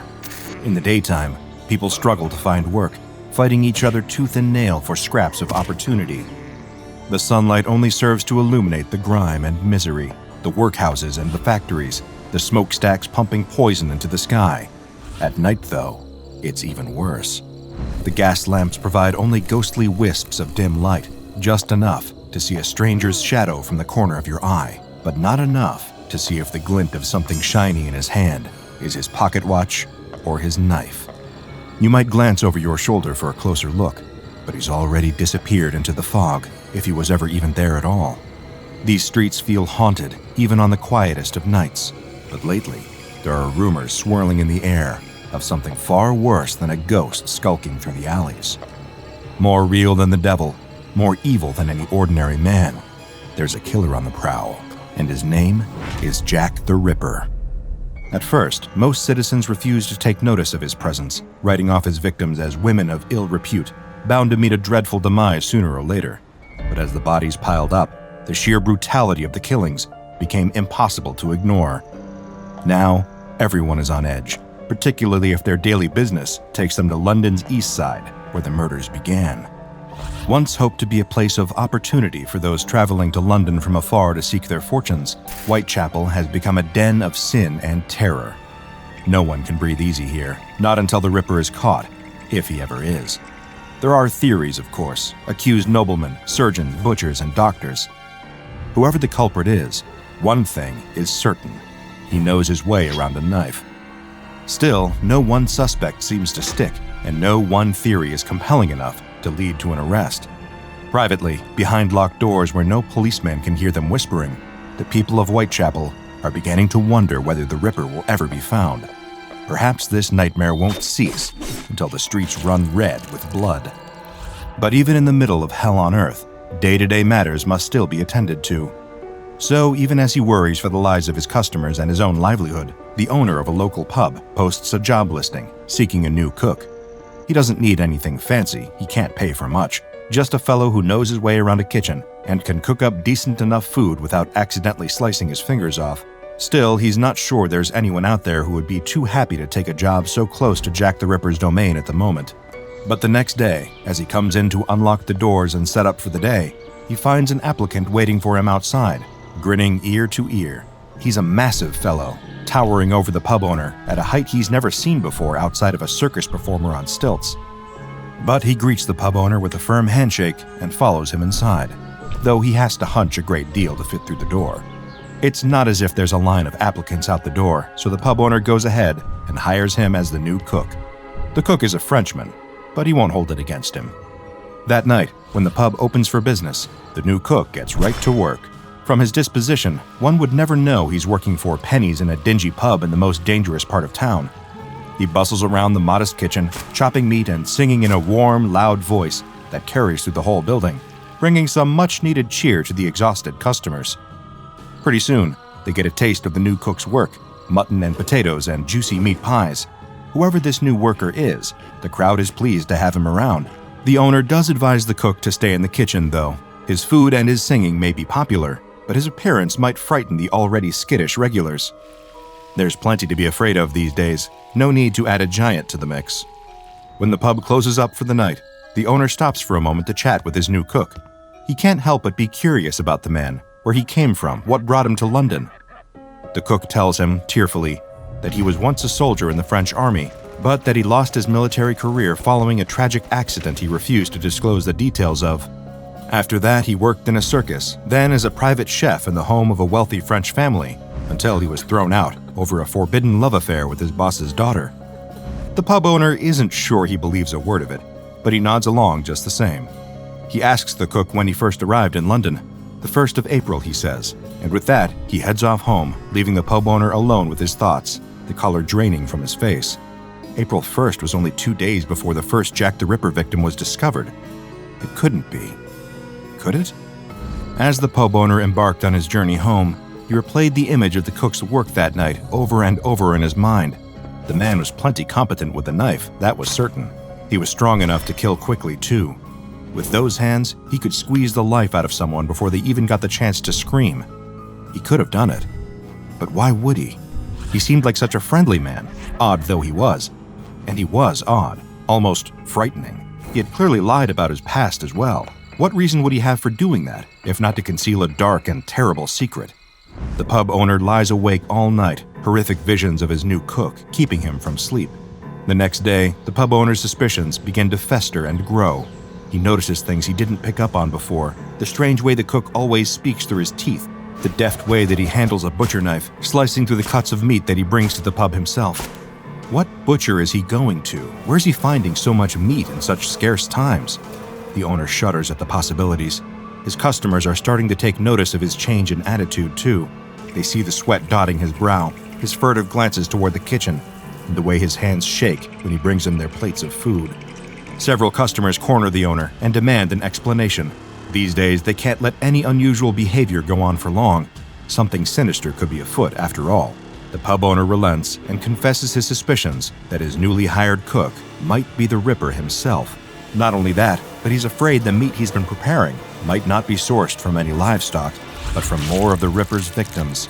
It was an unwise choice to admit these fears to a group of men driven to the edge of reason by their own dread, bodies in the streets, and a bit too much ale. They swarm the kitchen to confront the cook and are shocked at the sight of the behemoth they find there. The cook greets them with his usual smile, but they aren't having any of it. They attack him in spite of his intimidating size, pummeling him with their fists. The cook tries to reason with the men, but they are determined to get an answer out of him, and his previously unfailing smile falters.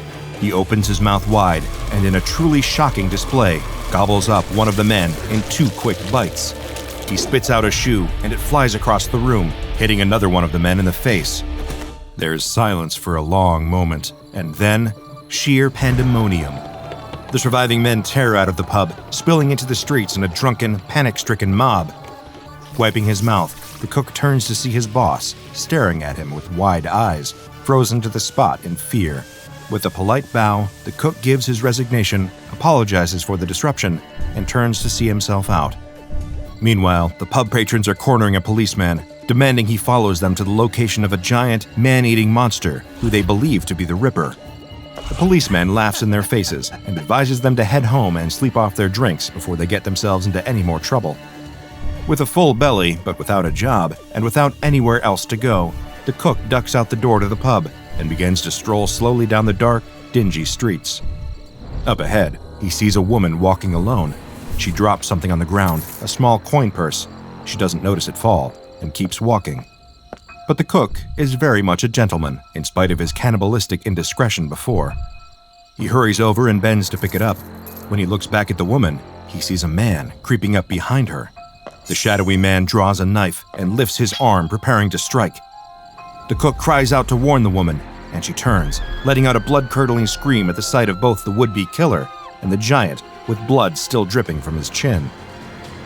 She picks up her skirts and runs as fast as she can, disappearing down a nearby alley and out of sight.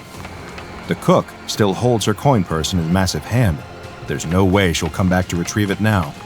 The man with the knife turns on the cook with a roar of primal rage. He slashes at the giant with his knife, but it merely glances off of the enormous man's tough skin, not drawing so much as a single drop of blood.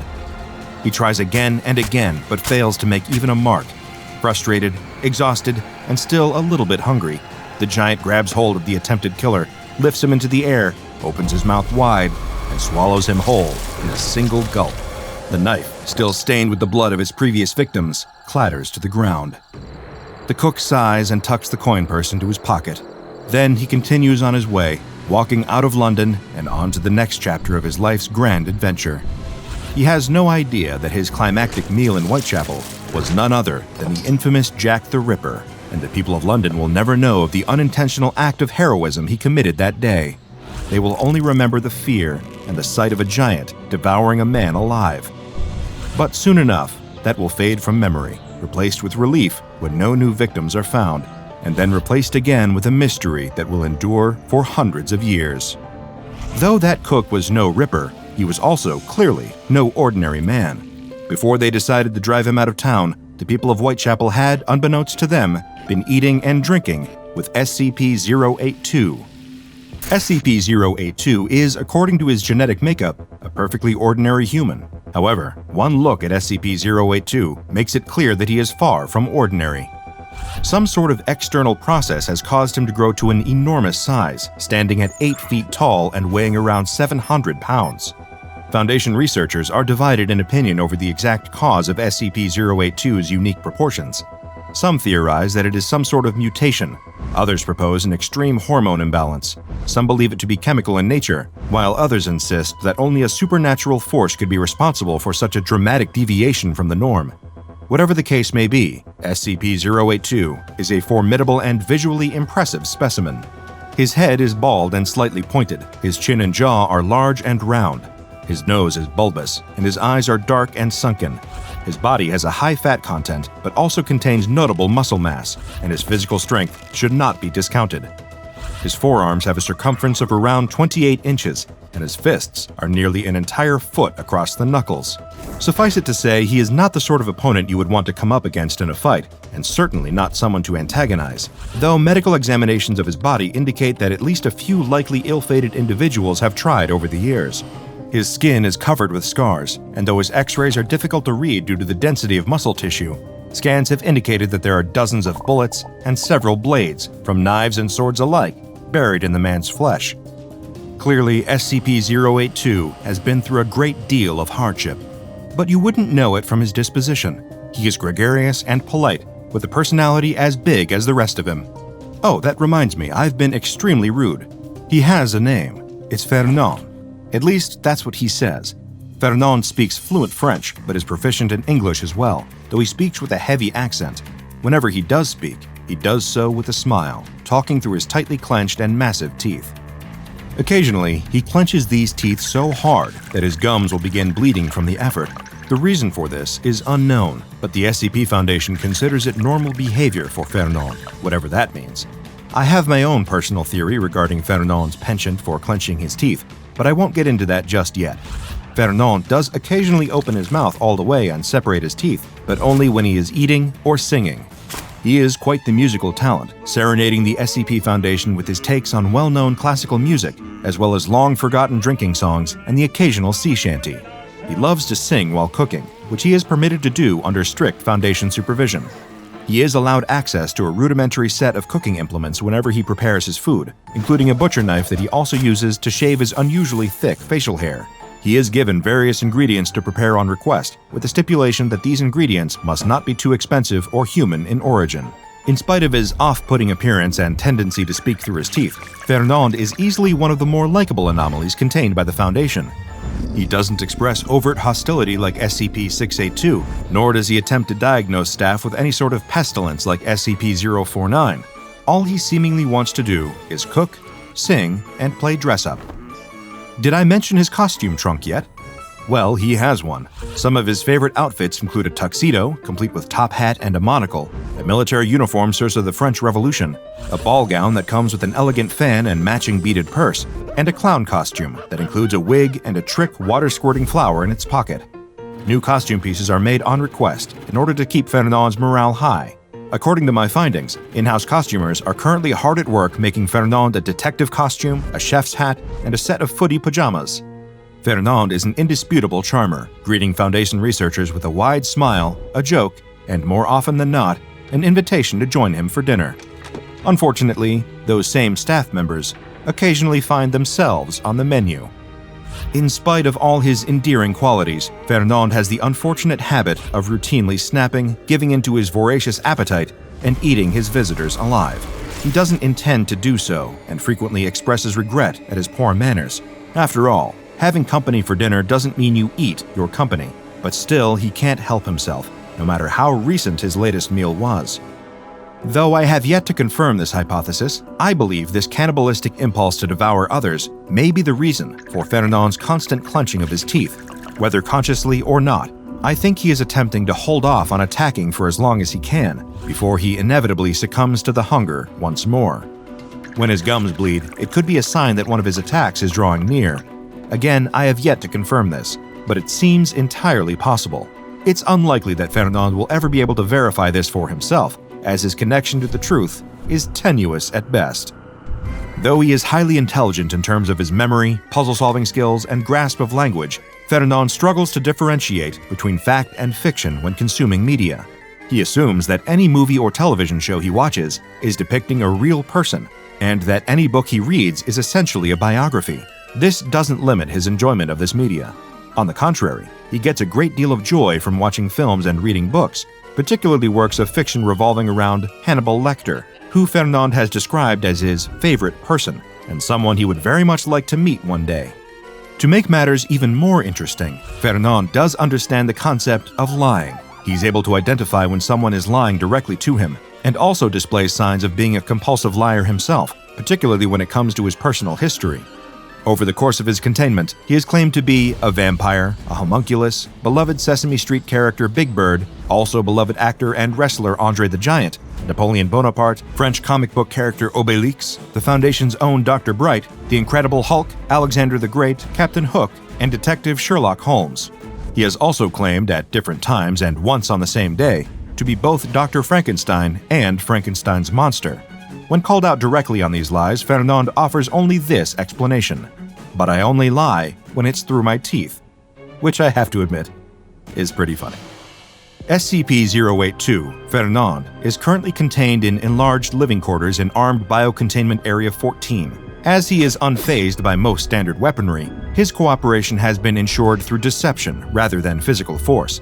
Fernand has been led to believe that he is acting King of France, placed in a secret palace for his own protection from potential assassins.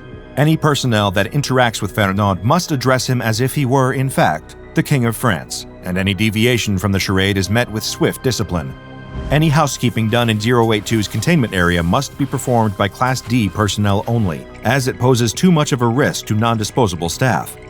Guards assigned to SCP-082's containment will receive Level 2 clearance, but are not permitted to interact directly with SCP-082, no matter how friendly he is, no matter how many knock-knock jokes he tells them, and no matter how he tries to entice them into a round of karaoke. SCP-082 is a curious mix of congenial and threatening, the consummate host who loves to sing and cook for anyone willing to sit at his table. He's also strong enough to snap a spine in half, and has teeth that can crack open skulls, a skill that he demonstrates with stomach-churning regularity. Still, he seems to genuinely enjoy the company of others, and has an earnest, playful spirit.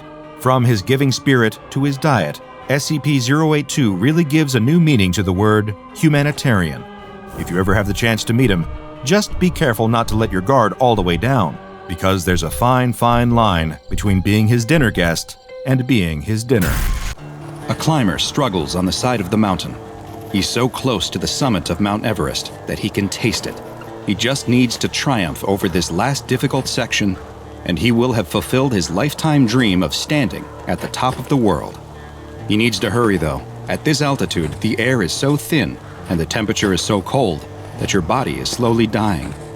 There's a reason this topmost section of the mountain is known as the Death Zone. He glances down behind him and spots something. Is that another climber? That's strange, he thinks. He was at the very back of his group, and there shouldn't have been anyone else coming up behind him. It must be a solo climber. The soloist doesn't look to be moving, though. He's just staring at him, and the climber can't seem to take his eyes off him. Suddenly, the climber starts feeling odd. He begins to feel warm and comfortable. The aches and pains of the long journey melt away. He decides to sit down on a small ledge and relax. He watches as the solo climber comes towards him. He must be a professional with the way he effortlessly moves up the mountain. He watches him make great time, getting closer and closer. He loses sight as the solo climber reaches the same difficult section he had been struggling with. He imagines the solo climber will soon zip past him on his way to the summit. But just then, the soloist pops up right in front of him. He clasps his hands on the climber's shoulders and pulls him close, staring into his eyes with those dark, black goggles. They feel like they're pulling him into their depths, and there's nothing he can do to resist it. The climber tries to scream, but all that comes out of his mouth is silence. Hi, I'm Dr. Bob, and this is SCP-1529, also known as King of the Mountain. But first, a quick personal request from me.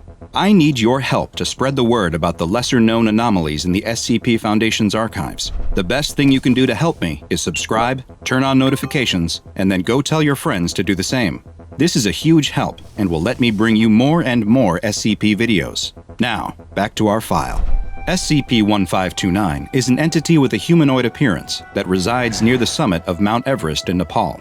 It is only found above 8,000 meters, which places it in the part of the mountain referred to as the Death Zone. where oxygen levels are too low to support human life for any extended period of time. It is roughly equivalent to an average human male in height and weight, and its outer appearance resembles normal mountaineering clothes, with a heavy parka, pants, and boots that are all white in color.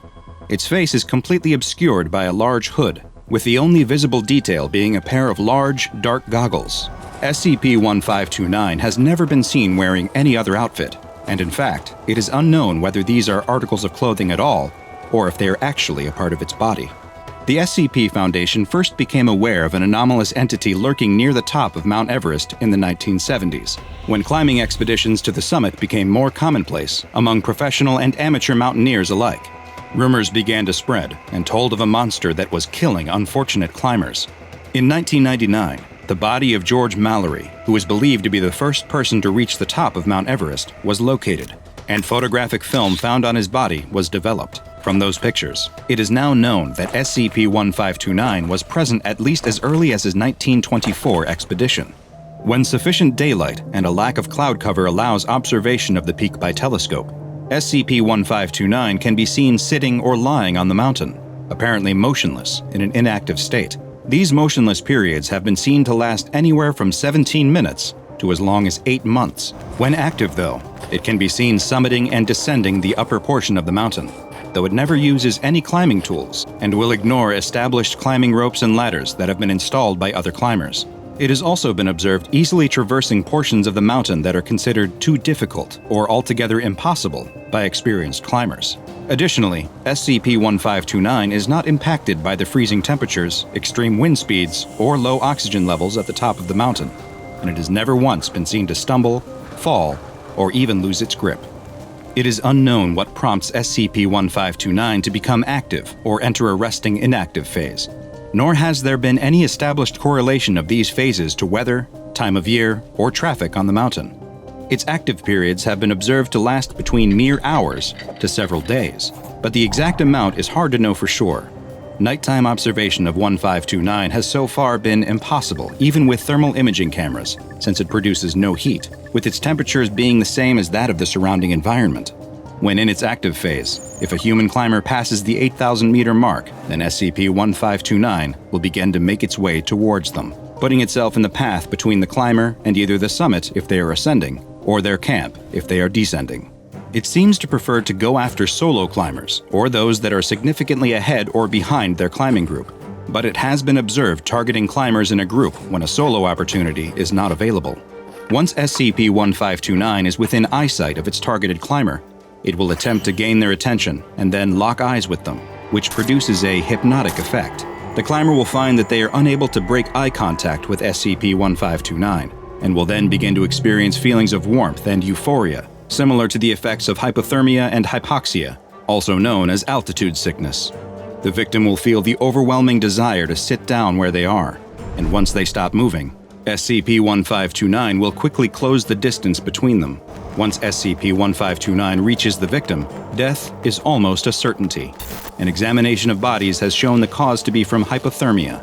Strangely, it's been observed that victims seem to succumb within just 1 to 2 hours after having first made eye contact with SCP-1529, a period of time much shorter than usual for climbers trapped on the summit of Everest. After death, the victims' bodies experience an accelerated rate of decay, and after mere hours or days, the bodies become rotted and mummified at a level comparable to bodies that have been exposed to the wind and cold of the mountain for decades. Many of the over 200 deaths on Mount Everest have been attributed to SCP-1529, and the rare survivor of an encounter is almost always due to the intervention of another mountaineer, who was able to offer assistance to the entranced climber before SCP-1529 was able to reach them. There have been several notable reports from survivors of interactions with SCP-1529. One, known as Incident 1529-1, is also the only documented instance of SCP-1529 descending below the 8,000-meter mark. During the incident, the entity entered Camp 5, located on the northern approach of the mountain at 7,775 meters, which resulted in multiple deaths, including 2 Foundation personnel who were operating the monitoring posts. One climber, who had initially believed to have been killed in the incident, was discovered to still be alive 2 days later when Foundation personnel were conducting investigations at the camp. He was safely removed from the mountain, though he required the amputation of several frostbitten fingers and toes. During an interview with a Foundation agent, they described spotting SCP-1529 just 10 minutes after leaving the summit of the mountain. After locking eyes with the entity, they began to feel happy, comfortable, and relieved, like they were back at home next to a warm fire. But then suddenly the warmth was gone, and they experienced a sensation of cold more powerful than anything they had felt before. They were stuck, and could only watch as 1529 made its way towards them. When it finally reached them, it placed its hands on their shoulders and pulled them up into its face so that they were staring right into its black goggles. Images began to appear in the dark depths of the goggles. People warm and happy, sitting next to fires, in hot baths, or sunning on a beach. They tried to resist the strange pull of the creature with all of their might. They then heard something in their mind, a question from SCP-1529. It asked, "You would refuse my gift?" The stranded climber struggled to answer, using all of their willpower and strength to move their lips and whisper a single word. Yes. SCP-1529 responded by showing more images of people, but this time, they were bodies lying dead in the snow. Countless victims trapped on Mount Everest forever. SCP-1529 made them watch their deaths play out in long, drawn-out detail, a witness to every second of their demise. The climber was sure they would soon join them, but then they found something deep inside of them, a spark of life, a will to resist. They clenched their fist, and with their final ounce of strength, they punched SCP-1529. The goggles appeared to crack, and the next thing the climber knew, they were woken up by the Foundation recovery team. Following this encounter, the climber never attempted to summit another mountain. When they eventually passed away some years later, an autopsy revealed that their cause of death was consistent with extreme hypothermia, frostbite, and cerebral edema, despite not having been in a cold environment or above 500 meters in altitude in the previous 12 months. SCP-1529 has been classified as Euclid and is to be kept under telescope and satellite surveillance whenever possible, though telescope observation should make use of a delayed video feed, as observers have reported seeing SCP-1529 appearing to stare back at them, and reported feeling symptoms consistent with an encounter, including hypothermia and frostbite. The Foundation maintains communication with civilian mountaineering expeditions to prevent summiting attempts when SCP-1529 is active. The bodies of any victims are to be removed from the mountain if possible for autopsy, with their deaths being officially classified as having been from natural causes related to altitude sickness and hypothermia. Any survivors of encounters with SCP-1529 are to be debriefed and administered amnestics. Mobile Task Force Psi-29029, also known as Alpine Echo, is to remain on standby at all times at a permanent monitoring station, with on-duty members remaining in a pressurized environment acclimatized to 7,900 meters above sea level, allowing them to quickly deploy via helicopter if need be. Finally, and most troubling, is that aerial surveillance of another mountain has revealed an individual similar in appearance to SCP-1529. The location remains classified, and the local government has prohibited climbing on the peak, so threats to humanity are minimal at this time. But the Foundation will continue to monitor it and other mountains for anomalous activity. All he could see were glimpses, flashes of movement, but he could clearly make out that there was a girl. He could see the man walk up behind her and slip a bag over her head. There was a struggle, a body being dragged through the dark, and then the sound of a shovel scraping against the hard dirt. The body is thrown into the shallow hole, and as the dirt begins to rain down on her face, her eye opens up. The boy's eyes open too, and he sits up with a panicked jolt. Shaky and covered in sweat, he looks around his dark room and realizes that it was only a dream. The entire morning as the boy gets ready, rides the bus, and sits through school, all he can think about is the dream and the girl. A group of teenage girls are out for a ride in one of their father's sports car convertible. They're having too much fun and driving much too fast down the dark country roads. It doesn't take much. It never does. Just the shadow of an animal bolting across the road, but it's enough to make the driver jerk the wheel, causing the car to lose control. All of the girls scream, but none more than the one who is tossed from the sliding, spinning car. The girls stand around their dead friend and make a solemn pact. No one here will ever know that she was with them. But what will they do with her? One of them points towards the woods, and everyone turns to look at the dilapidated shed. As the girls, now dirty from their long night of digging and then filling a hole, emerge from the shed into the dim morning light. None of them are aware that beneath the dirt, the girl is still breathing. The boy gasps for air and struggles in the dark. He throws the blankets off of him before realizing that he is safe in his own bed. Another breakfast, another ride to school, another day of classes where the boy can think of nothing but the girl from his dreams. Who is she? He's never seen her in his life, he's sure of it. But then why does she keep appearing in his dreams? The boy is snapped out of his deep train of thought by the teacher slapping his desk, and he apologizes before focusing on his studies once again. The look on the woman's face is a mix of sadness and annoyance. She doesn't know how much longer she can go on like this. It never stops. How can someone cough so much? The woman sits in her chair and tries to push away the same thought that comes to her over and over, that it would be better for both of them if it would just end. The girl coughs loudly in her bed. The disease has ravaged her lungs, and it takes all of her willpower not to scratch at the burning, itching sores on her face and chest. She looks towards the door with dazed eyes and sees her mother enter the room. She's carrying a tray with soup, just like she always does at this time, even though she has no appetite at all. As her mother gets closer, she can see that the tray is empty, and it isn't a tray in her hands. It's a pillow. The girl can barely muster a scream as the woman places the pillow over her daughter's face. As the mother walks out of the old shed in the backyard and towards the house, she stops for a moment. Can she hear the sound of coughing coming from the shed? That morning at breakfast, the boy's father tells him in no uncertain terms that he doesn't want to hear any more about the girl. It's just a dream and he needs to put it out of his mind. What he needs to be focusing on is school. The note from his teacher said that he isn't paying attention in class, and if that keeps up, he's going to have much bigger problems. The boy promises no more about the girl. As the boy stares out the bus window, it isn't his fault that thoughts about his dream rush into his head, because as the bus drives along the country roads, he catches a glimpse of something down a long, tree-covered driveway. It's the house from his dream. The shed door opens with a creak, allowing a sliver of light from the full moon to fall inside. The boy enters the shed as quietly as he can and goes inside. He soon emerges with his bike and a shovel strapped to his back before riding away from his own backyard into the night. The boy stops his bike at the bottom of the driveway leading up to the old abandoned house. He rides up the drive and doesn't even consider stopping at the house. His destination is somewhere else. The boy lets his bike fall to the ground in the backyard and stares at it. It's the shed he's seen so many times before, despite never seeing it in person. It's dark and quiet, the shed silhouetted against the large, bright moon. He approaches the only door on the small shed and reaches for the handle. It opens with a loud, rusty squeak. The boy takes out a flashlight and turns it on, illuminating the shed's interior. Inside is nothing except for a wooden bench sitting on the dirt floor. But wait, there is something else. A spot on the ground appears different, blackened, almost as if it were burned. This is the spot, though. This is the place the boy keeps seeing in his dreams. He knows she's down there. She needs his help.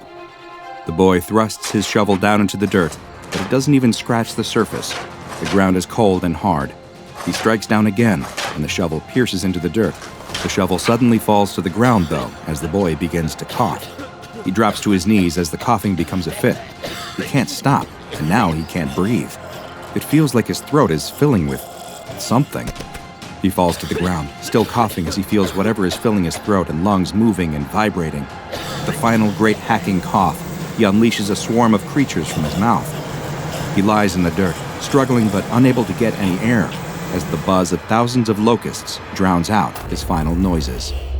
It's no surprise that what this young man ran into wasn't a dream at all, but an interaction with an anomaly that has since been classified as SCP-4595, but also has the quite simple and appropriate name of Witch. SCP-4595 is the designation given to a small room located inside of a woodshed that is itself found behind a home near the town of Jasper, Indiana. The house appears to have been abandoned for some time, and there are no reliable records of who the home's most recent or original owners were. The only item inside the woodshed is a simple, rough-hewn wooden bench, though at the time of the anomaly's discovery, 2 other objects were found as well.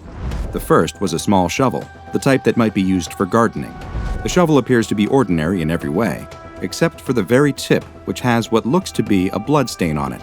though tests have been unable to retrieve any genetic material from the discoloration. The second object was a small human skeleton. The body of the deceased person was removed from the woodshed, and an autopsy revealed that it had belonged to an adolescent male, roughly 11 to 13 years old. While the exact cause of death was unable to be determined, it is extremely likely that it was due to the anomalous effects that SCP-4595 produces, but more on those in a moment. Further examination of the woodshed reveals that the word witch has been scrawled on the door with charcoal, though it is unknown who wrote the message and whether it is meant to serve as a warning or has some other purpose. It is highly likely, though, that the word is referring to the final element of SCP-4595, the body that is buried beneath the woodshed's dirt floor. Ground-penetrating imaging tools were brought in to investigate the shed, and researchers discovered that underneath one portion of the floor that appears to have been scorched at some point, a body is buried roughly 1 meter beneath the surface, which has since been designated as SCP-4595-A. Scans have revealed the body to be a humanoid figure, vaguely feminine in appearance. Its limbs are twisted in a painful and unnatural manner, and there are several large wounds present on its face, chest, and neck. But perhaps strangest of all is that despite evidence at the site pointing to the location not having been disturbed for many years, the corpse buried beneath does not seem to show any signs at all of decomposition, still appearing as it most likely did at the time it was interred in the ground. You are most likely asking yourself why the SCP Foundation has relied solely on subterranean imaging in order to assess the state of SCP-4595-A, and why they don't simply dig up the anomalous corpse. The reason why they haven't is due to the anomalous effects present at the site. Testing on SCP-4595 has concluded that anyone who enters the shed and remains there for any substantial amount of time will begin to experience a number of effects. First, they will start to feel paranoid, getting the impression that someone is watching them. This purely mental effect is quickly followed by a physical one, where the individual's skin will start to itch.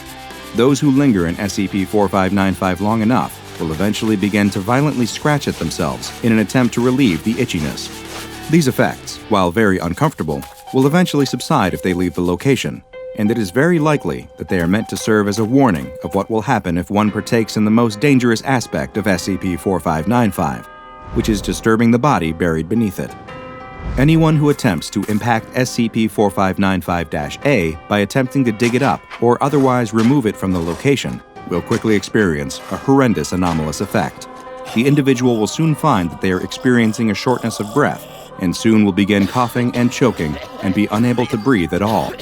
This is due to a phenomenon in which any empty space in their chest cavity, lungs, airways, stomach, and intestines will completely fill with Schistocerca gregaria, better known as the desert locust.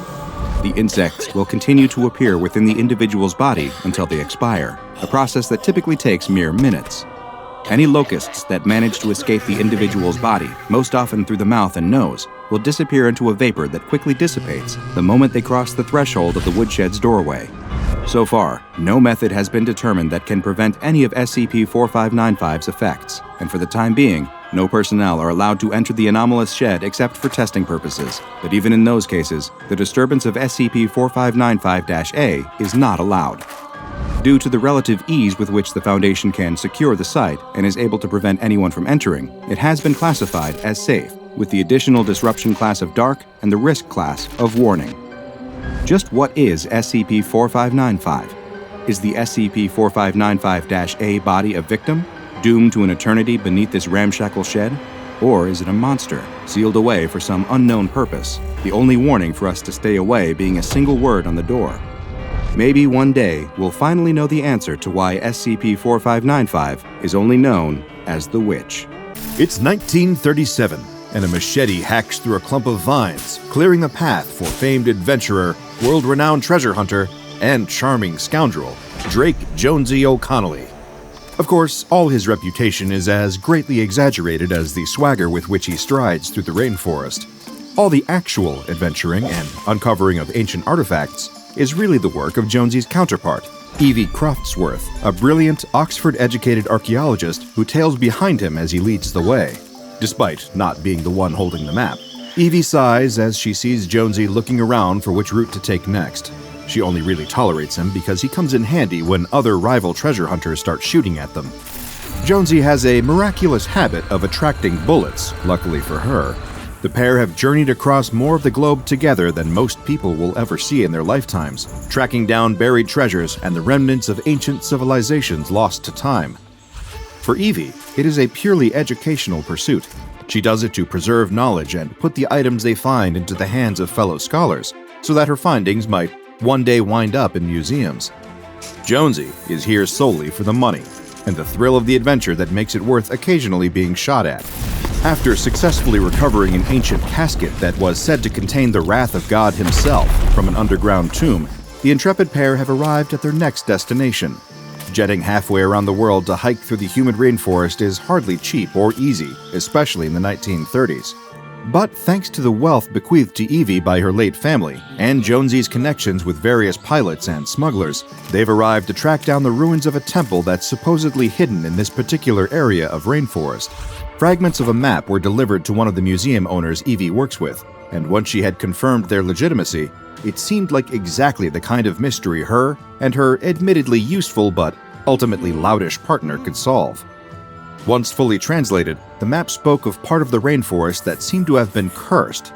According to scrawls left on the torn parchment, it had something to do with a high priest at the temple that lay in the heart of the trees. Apparently, to keep the temple safe from interlopers, the high priest had cast a spell to bring the surrounding trees to life, compelling them to attack anyone who ventured close to the temple. That was the legend, at least.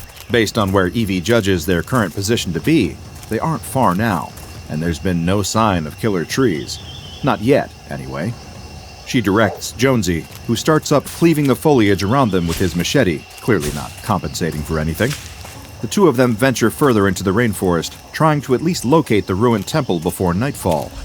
Even if they can't get inside by the time it gets dark, they can set up camp nearby and try to gain access in the morning. But despite her expert navigational skills, Evie can't locate the temple. She stops, tries to get her bearings, but each time either Jonesy's inane comments throw her off kilter, or she gets the exact latitude and longitude muddled. The heat and humidity of the rainforest aren't helping. Neither is the fact that the pair of them are both exhausted from a long day's hike. Add to that the fact that all Evie has to work off of is the only surviving pieces of an inaccurate map from centuries ago, and the whole expedition is starting to feel like it's falling apart. Night begins to fall, and no closer to finding the temple, the pair decide to set up their individual tents and bed down for the night. In the morning, they'll be able to think clearer, having had some sleep. But throughout the whole night, Evie is restless. She's convinced that she followed the map accurately, even accounting for any margins of error. They should be at the temple already. By now, she's an expert at this. Hell, even Jonesy has at least learned a few things from their many adventures. Speaking of Jonesy, she's set up her tent too close to his again.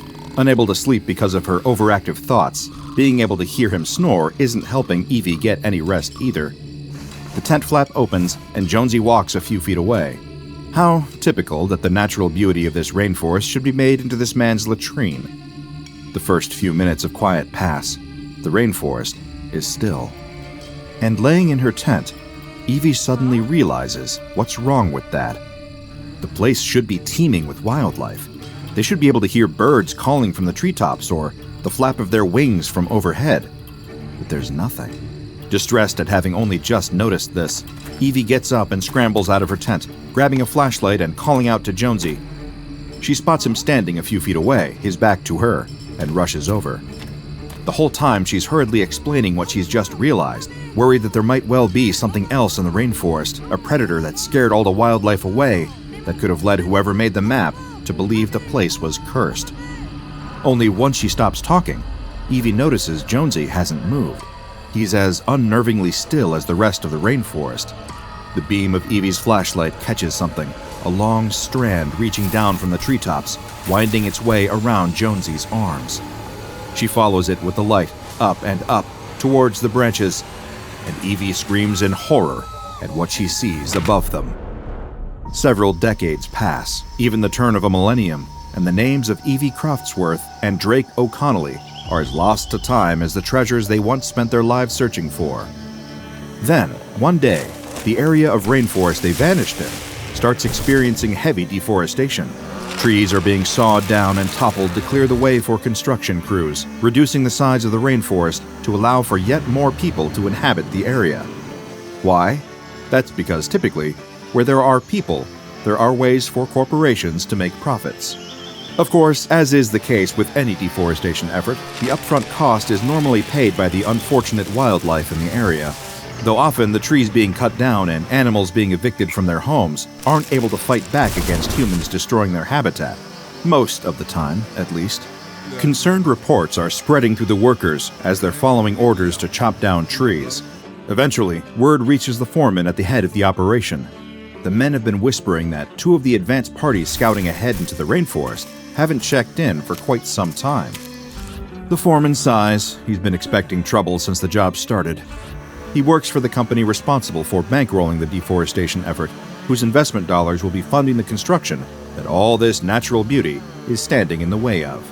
Given that wiping out large swathes of the rainforest to build hotels or oil pipelines is typically frowned upon by some people, and not to mention the environment not always being conducive to safety, the company often turns to dubious methods to keep its tree-cutting crews protected. That job gets outsourced to mercenaries, private military contractors whose sense of morality and ethics are a lot more pliable, especially when offered large sums of money. Their role is usually to scare off locals, both the wildlife and human varieties, as well as deterring peaceful protesters who decide to make their objection to the destruction of the rainforest known. Working with armed soldiers of fortune isn't for everyone, hence the tension the foreman has been feeling since the operation had begun. Now, according to his tree cutters, some of these company-provided mercenaries are missing in the rainforest, and everyone's looking to the foreman to figure out what to do. He can't halt his men from chopping down trees to go and search for the missing mercenaries. He knows the company has strict deadlines they want to keep to. And sending the remaining soldiers away to conduct a sweep of the area leaves his tree-cutting crew unprotected against wild animals or people with understandable moral objections to destroying the rainforest. Short on time and options, the foreman decides on a combination of the only two available to him. He gathers a small group, half comprised of the remaining mercenaries, the other half taken from his cutters, and leads them off into the rainforest in search of the rest of the missing security detail. Hours spent trudging through the unbearably humid rainforest yielded no sign of the advance teams. Eventually, as the sun starts falling behind the tree line, the foreman is forced to make the decision to call off the search. 2 days pass, with each one seeing the foreman once again rounding up the same mix of mercenaries and tree cutters to continue the search, but to no avail. Until the second day following the advance team's disappearances. Fanning out to cover more ground, some of the leftover mercenaries aiding in the search effort suddenly spot a pair of the advance squads resting against the large buttress roots of a ceiba tree. The mercenaries call out to their comrades, knowing the pair of them must be exhausted and likely both dehydrated and starving after 2 days with only their canteens and emergency rations to depend on. But there's no response. The mercenary units call out a second time, yet still, the men propped up against the large tree don't budge. Then, one moves. Even at a distance, it's clear that he's waving his fellow mercenaries over for assistance. One or both of them could be injured, so the soldiers of the search team rush over, only to wish they hadn't.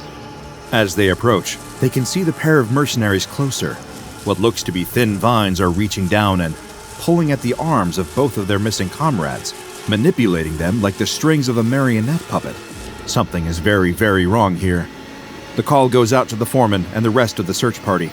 Mercenaries trained as field medics are brought over and told to examine the two men, still suspended by the strange vines pulling at their arms. Drawing closer, the medics step on what they think are just more vines strewn about the rainforest floor. But those aren't vines. The newspaper reports blame a spate of disappearances when the deforestation operation shuts down. Those living nearby breathe a collective sigh of relief that the company, after losing 11 of their cutters and mercenaries, decided to withdraw from the rainforest. Their official statement calls it a temporary suspension of the project, but doesn't reveal to the public the truth, that the tree crews and mercenaries who had returned outright refused to go back. Every one of them seems too traumatized by what they've seen to even consider it, no matter how much compensation the company offers. Many resign altogether, many of the tree cutters walking out on the spot, while the mercenaries move on to new contracts. The same headlines reporting on the incident soon make it to the SCP Foundation, who dispatch their own team to investigate. Mobile Task Force operators are far better equipped than ragtag mercenaries, and they know not to wander too far into unfamiliar territory. What they find leads to a total quarantine of the rainforest. 14 specimens of giant flying jellyfish. As anomalous species go, few are as unnerving as SCP-1158, otherwise known as the Arboreal Puppeteers, or by their far more simplistic description, the Flying Killer Jellyfish. As you might expect from a name like that, these anomalous invertebrates bear a striking resemblance to a pre-existing marine species, the Physalia physalis, or Portuguese man-o-war colloquially. Despite often being referred to as jellyfish, the Portuguese man-o-war actually belongs to a group of animals called siphonophores. These are closely related to jellyfish. However, where jellyfish are singular organisms, siphonophores are a colony of genetically identical zooids. In other words, a group of clones that work together as one, with each performing a specific function to facilitate survival. SCP-1158 shares the same attributes of siphonophores, with each of its various parts being responsible for certain tasks. The one major difference is that, while siphonophores are a form of marine life typically found in deep-sea locations, SCP-1158 has a far different natural habitat: the rainforest. That's right, these jellyfish are found dwelling in treetops. However, much like the species of Australian bears that are rumored to drop from branches to attack human tourists from above, the habitat of SCP-1158 seems limited to a specific area, specifically a 500-kilometer radius of rainforest that surrounds a location that has been redacted by the SCP Foundation. While redaction makes it unclear where this region is, the Foundation's database entry regarding the anomaly does mention the presence of ceiba trees in the area. This leads to the assumption that the first encounter with an instance of SCP-1158 could have taken place in any rainforest-dense area where ceiba trees are native. These possible locations include Mexico, Central America, the northern part of South America, the Caribbean, or West Africa. Another smaller variety of ceiba is also found in certain areas of South and Southeast Asia. The specimens of SCP-1158 are brought back to the Foundation for examination. For one, Foundation researchers need to ascertain exactly what happened to the deforestation crew. For another, it's rare to see jellyfish this big. Most specimens of the non-anomalous Portuguese man-o-war can, on average, grow to between 30 and 100 feet long from the float down to the tips of its numerous strands of tentacles and polyps. By comparison, the pneumatophore alone, the gas-filled float that the polyps are attached to, of the captured SCP-1158 specimens, is around 13 feet tall. These aren't just large jellyfish, they're enormous. Foundation testing reveals that each SCP-1158 instance has a concentrated amount of hydrogen within its pneumatophore. Thought to have been produced as a byproduct of bacterial decay, the resultant hydrogen gas provides each creature with lift, allowing them to float upwards to a degree, like balloons, although perhaps not the kind you'd want at a birthday party, unless you really didn't like the guests. Once airborne, these olive-drab invertebrates will nest themselves in the high-up treetops of taller rainforest flora, typically remaining hidden just beneath the foliage and allowing its polyps to hang down through the branches, with most being long enough to reach the forest floor, even at higher elevations. Given the coloration of each instance of SCP-1158, the creature seems to have evolved in such a way that they have a natural camouflage, allowing their tentacles to blend in with the various vines that typically hang from certain varieties of trees found in the rainforest. SCP-1158's tentacles are far from vestigial, but nor are they, strictly speaking, limbs that can be used in the same way that a human being's arms or legs function. They are polyps, the collection of genetically identical parts possessed by siphonophores. Each of these performs a specific function, and SCP-1158's dactylozoids polyp bundles, for example, are their defensive polyps. These are somewhat prehensile, meaning that they can be moved to a limited degree. Those that reach down from the treetops and remain camouflaged among vines are the polyps responsible for detection and feeding. The primary prey of SCP-1158 is limited to mammals and reptiles. Any animal at around 50 kilograms in mass or more that the creature detects will be targeted for the jellyfish to feed on. This occurs when a victim comes into contact with the defensive dactylozoid polyps, which are commonly laying on the ground or against a tree where an SCP-1158 instance is nesting. When this happens, prey are captured by these specialized polyps and subjected to an injection of a paralyzing neurotoxin that is produced within the nematocysts of an SCP-1158's dactylozoid polyps. With their target rendered immobile thanks to the neurotoxin, the SCP-1158 instance will wrap its nearby polyp threads around the victim and restrain them. As if that wasn't bad enough, this is where the process gets even more unpleasant. It takes approximately 6 seconds for one of these flying killer jellyfish to poison and ensnare one of its victims, after which time the creature's primary feeding polyps are deployed. These will enter the jellyfish's prey, typically via the mouth or ears, then release powerful digestive enzymes to disintegrate the target's internal organs. The resultant mess is absorbed directly by the polyps, effectively hollowing out an animal, or a person, from the inside. This process can go on for approximately 4 excruciating days. The only consolation is that usually SCP-1158's target is dead after just 2. If at any point the creature's prey is approached by others, the polyps will trigger a muscular spasm that causes the victim to stand on its hind legs and wave its front legs. When SCP-1158 eats a human, this motion can be perceived as a beckoning gesture, or one motioning other humans to come closer, which is exactly what the mercenaries saw the 2 stuck squad mates doing. Hence the alternate name for SCP-1158, the Arboreal Jellyfish Puppeteers. 2 weeks of testing pass after the specimens of SCP-1158 are brought to the Foundation. After this time, the creatures are placed in their containment habitat at Site-19's Hazardous Lifeforms Wing. Within the enclosure is a near-perfect recreation of the rainforest the jellyfish were found in. The temperature and humidity are kept at just the right levels, maintained by Foundation personnel. Throughout the habitat are sensor pods, observing the jellyfish. In the interest of watching their behavioral and feeding patterns, researchers introduce a live adult domestic pig into the enclosure to act as prey for the 14 SCP-1158 instances inside. The experiment does not go well. At first, the pig just wanders around, exploring its newfound environment, until eventually it finds itself caught in the polyps of an SCP-1158 specimen. As to be expected, the dactylozoid polyps begin to administer the neurotoxin in order to commence the unpleasant feeding process. But for reasons unknown, it doesn't work. Instead, the pig, despite being initially startled and squealing in fear, starts to free itself from the giant jellyfish by biting its way out. The pig is able to chew its way through the strands of polyps without suffering the paralyzing effects of SCP-1158's neurotoxin. And then, upon being dropped back to freedom, it grips the remainder of the creature's vine-like appendages in its mouth. The pig pulls the flying killer jellyfish down from the safety of the canopy up in the treetops, then tramples them to death, eating what's left behind. Overall, 6 specimens are lost as a result.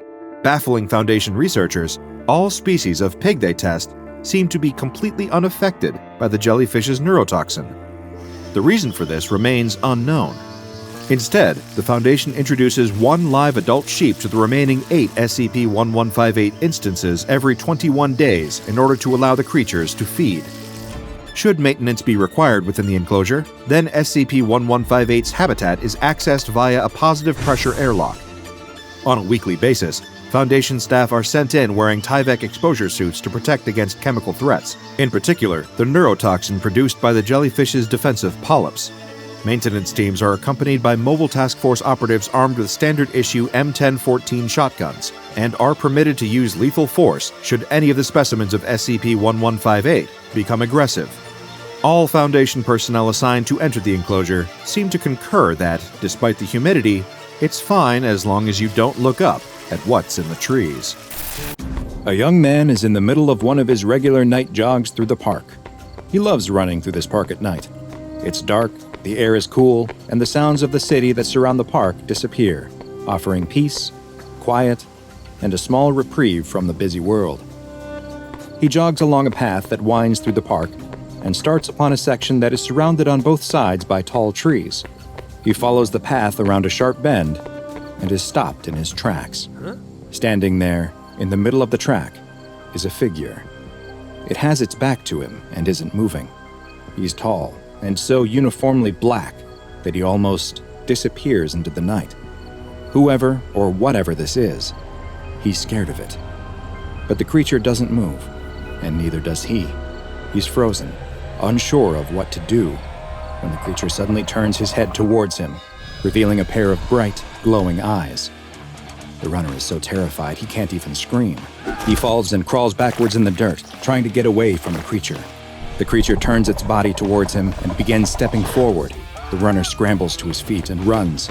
He's sprinting as hard and as fast as he can, adrenaline pumping, heart pounding, trying to put as much distance as he can between himself and that thing. His muscles burn, his lungs ache, but he can't stop. Finally, he's back at his house. He bursts through the door, locking and bolting it behind him. His girlfriend is reading on the couch and doesn't understand what's going on. After struggling to catch his breath, he tries to explain what he saw on the path, but his girlfriend just laughs. A giant man with glowing eyes? He was just seeing things in the dark. It was probably a dog, nothing that would justify the panic he was now in. The next day, he's left wondering if he really was mistaken. Those piercing, glowing eyes are burned into his mind, though. Maybe his girlfriend was right, and it really was just a dog. Yes, that must be it. His mind was just playing tricks on him in the dark. Even so, he's going to stick to running inside, at least for a little while. But he soon finds that he's having a hard time. He notices that he's running out of breath much quicker than normal. Is he coming down with something? He doesn't feel sick, but then why is he suddenly so weak? 2 weeks have passed since he saw something in the park. No one he brought it up to, not his friends, not his co-workers, have ever heard of such a thing, and no one seemed like they believed him either. At this point, he is feeling sure that he really did imagine it, but he can't get that image of whatever it was out of his head. He can't keep running on a treadmill forever, though. He misses his night runs. It's time to get over his fear. He's running through the park again, enjoying the silence and the light breeze on his skin. He continues down the path, acutely aware that he's getting closer and closer to the spot where he saw that thing before. He can't stop, though. He has to prove to everyone that he's not afraid. He has to prove it to himself. He reaches the part of the path that runs through the tall trees. Just like before, the sounds of the city melt away, the only sound coming from his steady, heavy breathing. He follows the winding path and feels his heart starting to race, but he has to keep going. He rounds the same corner, and nothing is there. He slows to a stop. Of course nothing is here. Nothing ever was. He really did imagine it. Or did he? Buongiorno. Today's file comes from the Italian branch of the SCP Foundation, SCP-015-IT, also known as The Boogeyman. SCP-015-IT is a humanoid entity that stands just under 2 meters tall. Its body is devoid of any hair, and its dark, black skin absorbs 98% of all light, making it virtually invisible in low light. Its head lacks a nose or ears, but these missing features are hardly noticed, because if you see 015-IT, its eyes are what demand all of your attention. While the Boogeyman's skin is completely black, its eyes contain light-producing organs on the irises, causing them to glow in the dark, like a deep-sea predator. Its mouth contains 8 pointed teeth on both the upper and lower jaws, and a long 28-centimeter forked tongue. The 2 tips of its tongue each have a hollow, needle-like organ that leads straight into its esophagus. More on what it does with that specialized biological feature soon. Physically, SCP-015-IT is rather slight, but it is surprisingly strong and easily able to overpower an adult human. Its skinny arms are much longer than an average human's, and each of its 4 fingers ends in a razor-sharp claw. It has also been shown to be quite resistant to physical injuries and possesses the ability to heal wounds and damage to internal organs at a hyper-accelerated rate. SCP-015-IT is primarily active at night, which is unsurprising given its skin's natural camouflage in the dark. The Boogeyman hunts mammals, with humans being its preferred prey, but it does not feed on flesh. Instead, SCP-015-IT draws its sustenance from the adrenaline and noradrenaline produced by its quarry. Adrenaline and noradrenaline are chemicals the body produces to increase heart rate, blood flow, and provide more energy to the muscles in moments of stress, or in the case of SCP-015-IT, extreme fear. And it has developed a hunting method to cause this exact reaction in humans. 015-IT will usually hide in dark spots, trying to keep out of sight as much as possible as it stalks its next victim. If it has been able to remain unseen, it will wait for a moment when its prey has become distracted so it can silently approach them. Once close enough, it will leap towards its unaware victim, grab them, and quickly bite them on the side of the torso, near where the adrenal gland is located. It uses its large teeth to anchor its mouth in place, as it uses the needles on its forked tongue to probe into their body. With one needle, it pierces directly into the adrenal gland and begins draining the blood that is now rich with fear-induced adrenaline.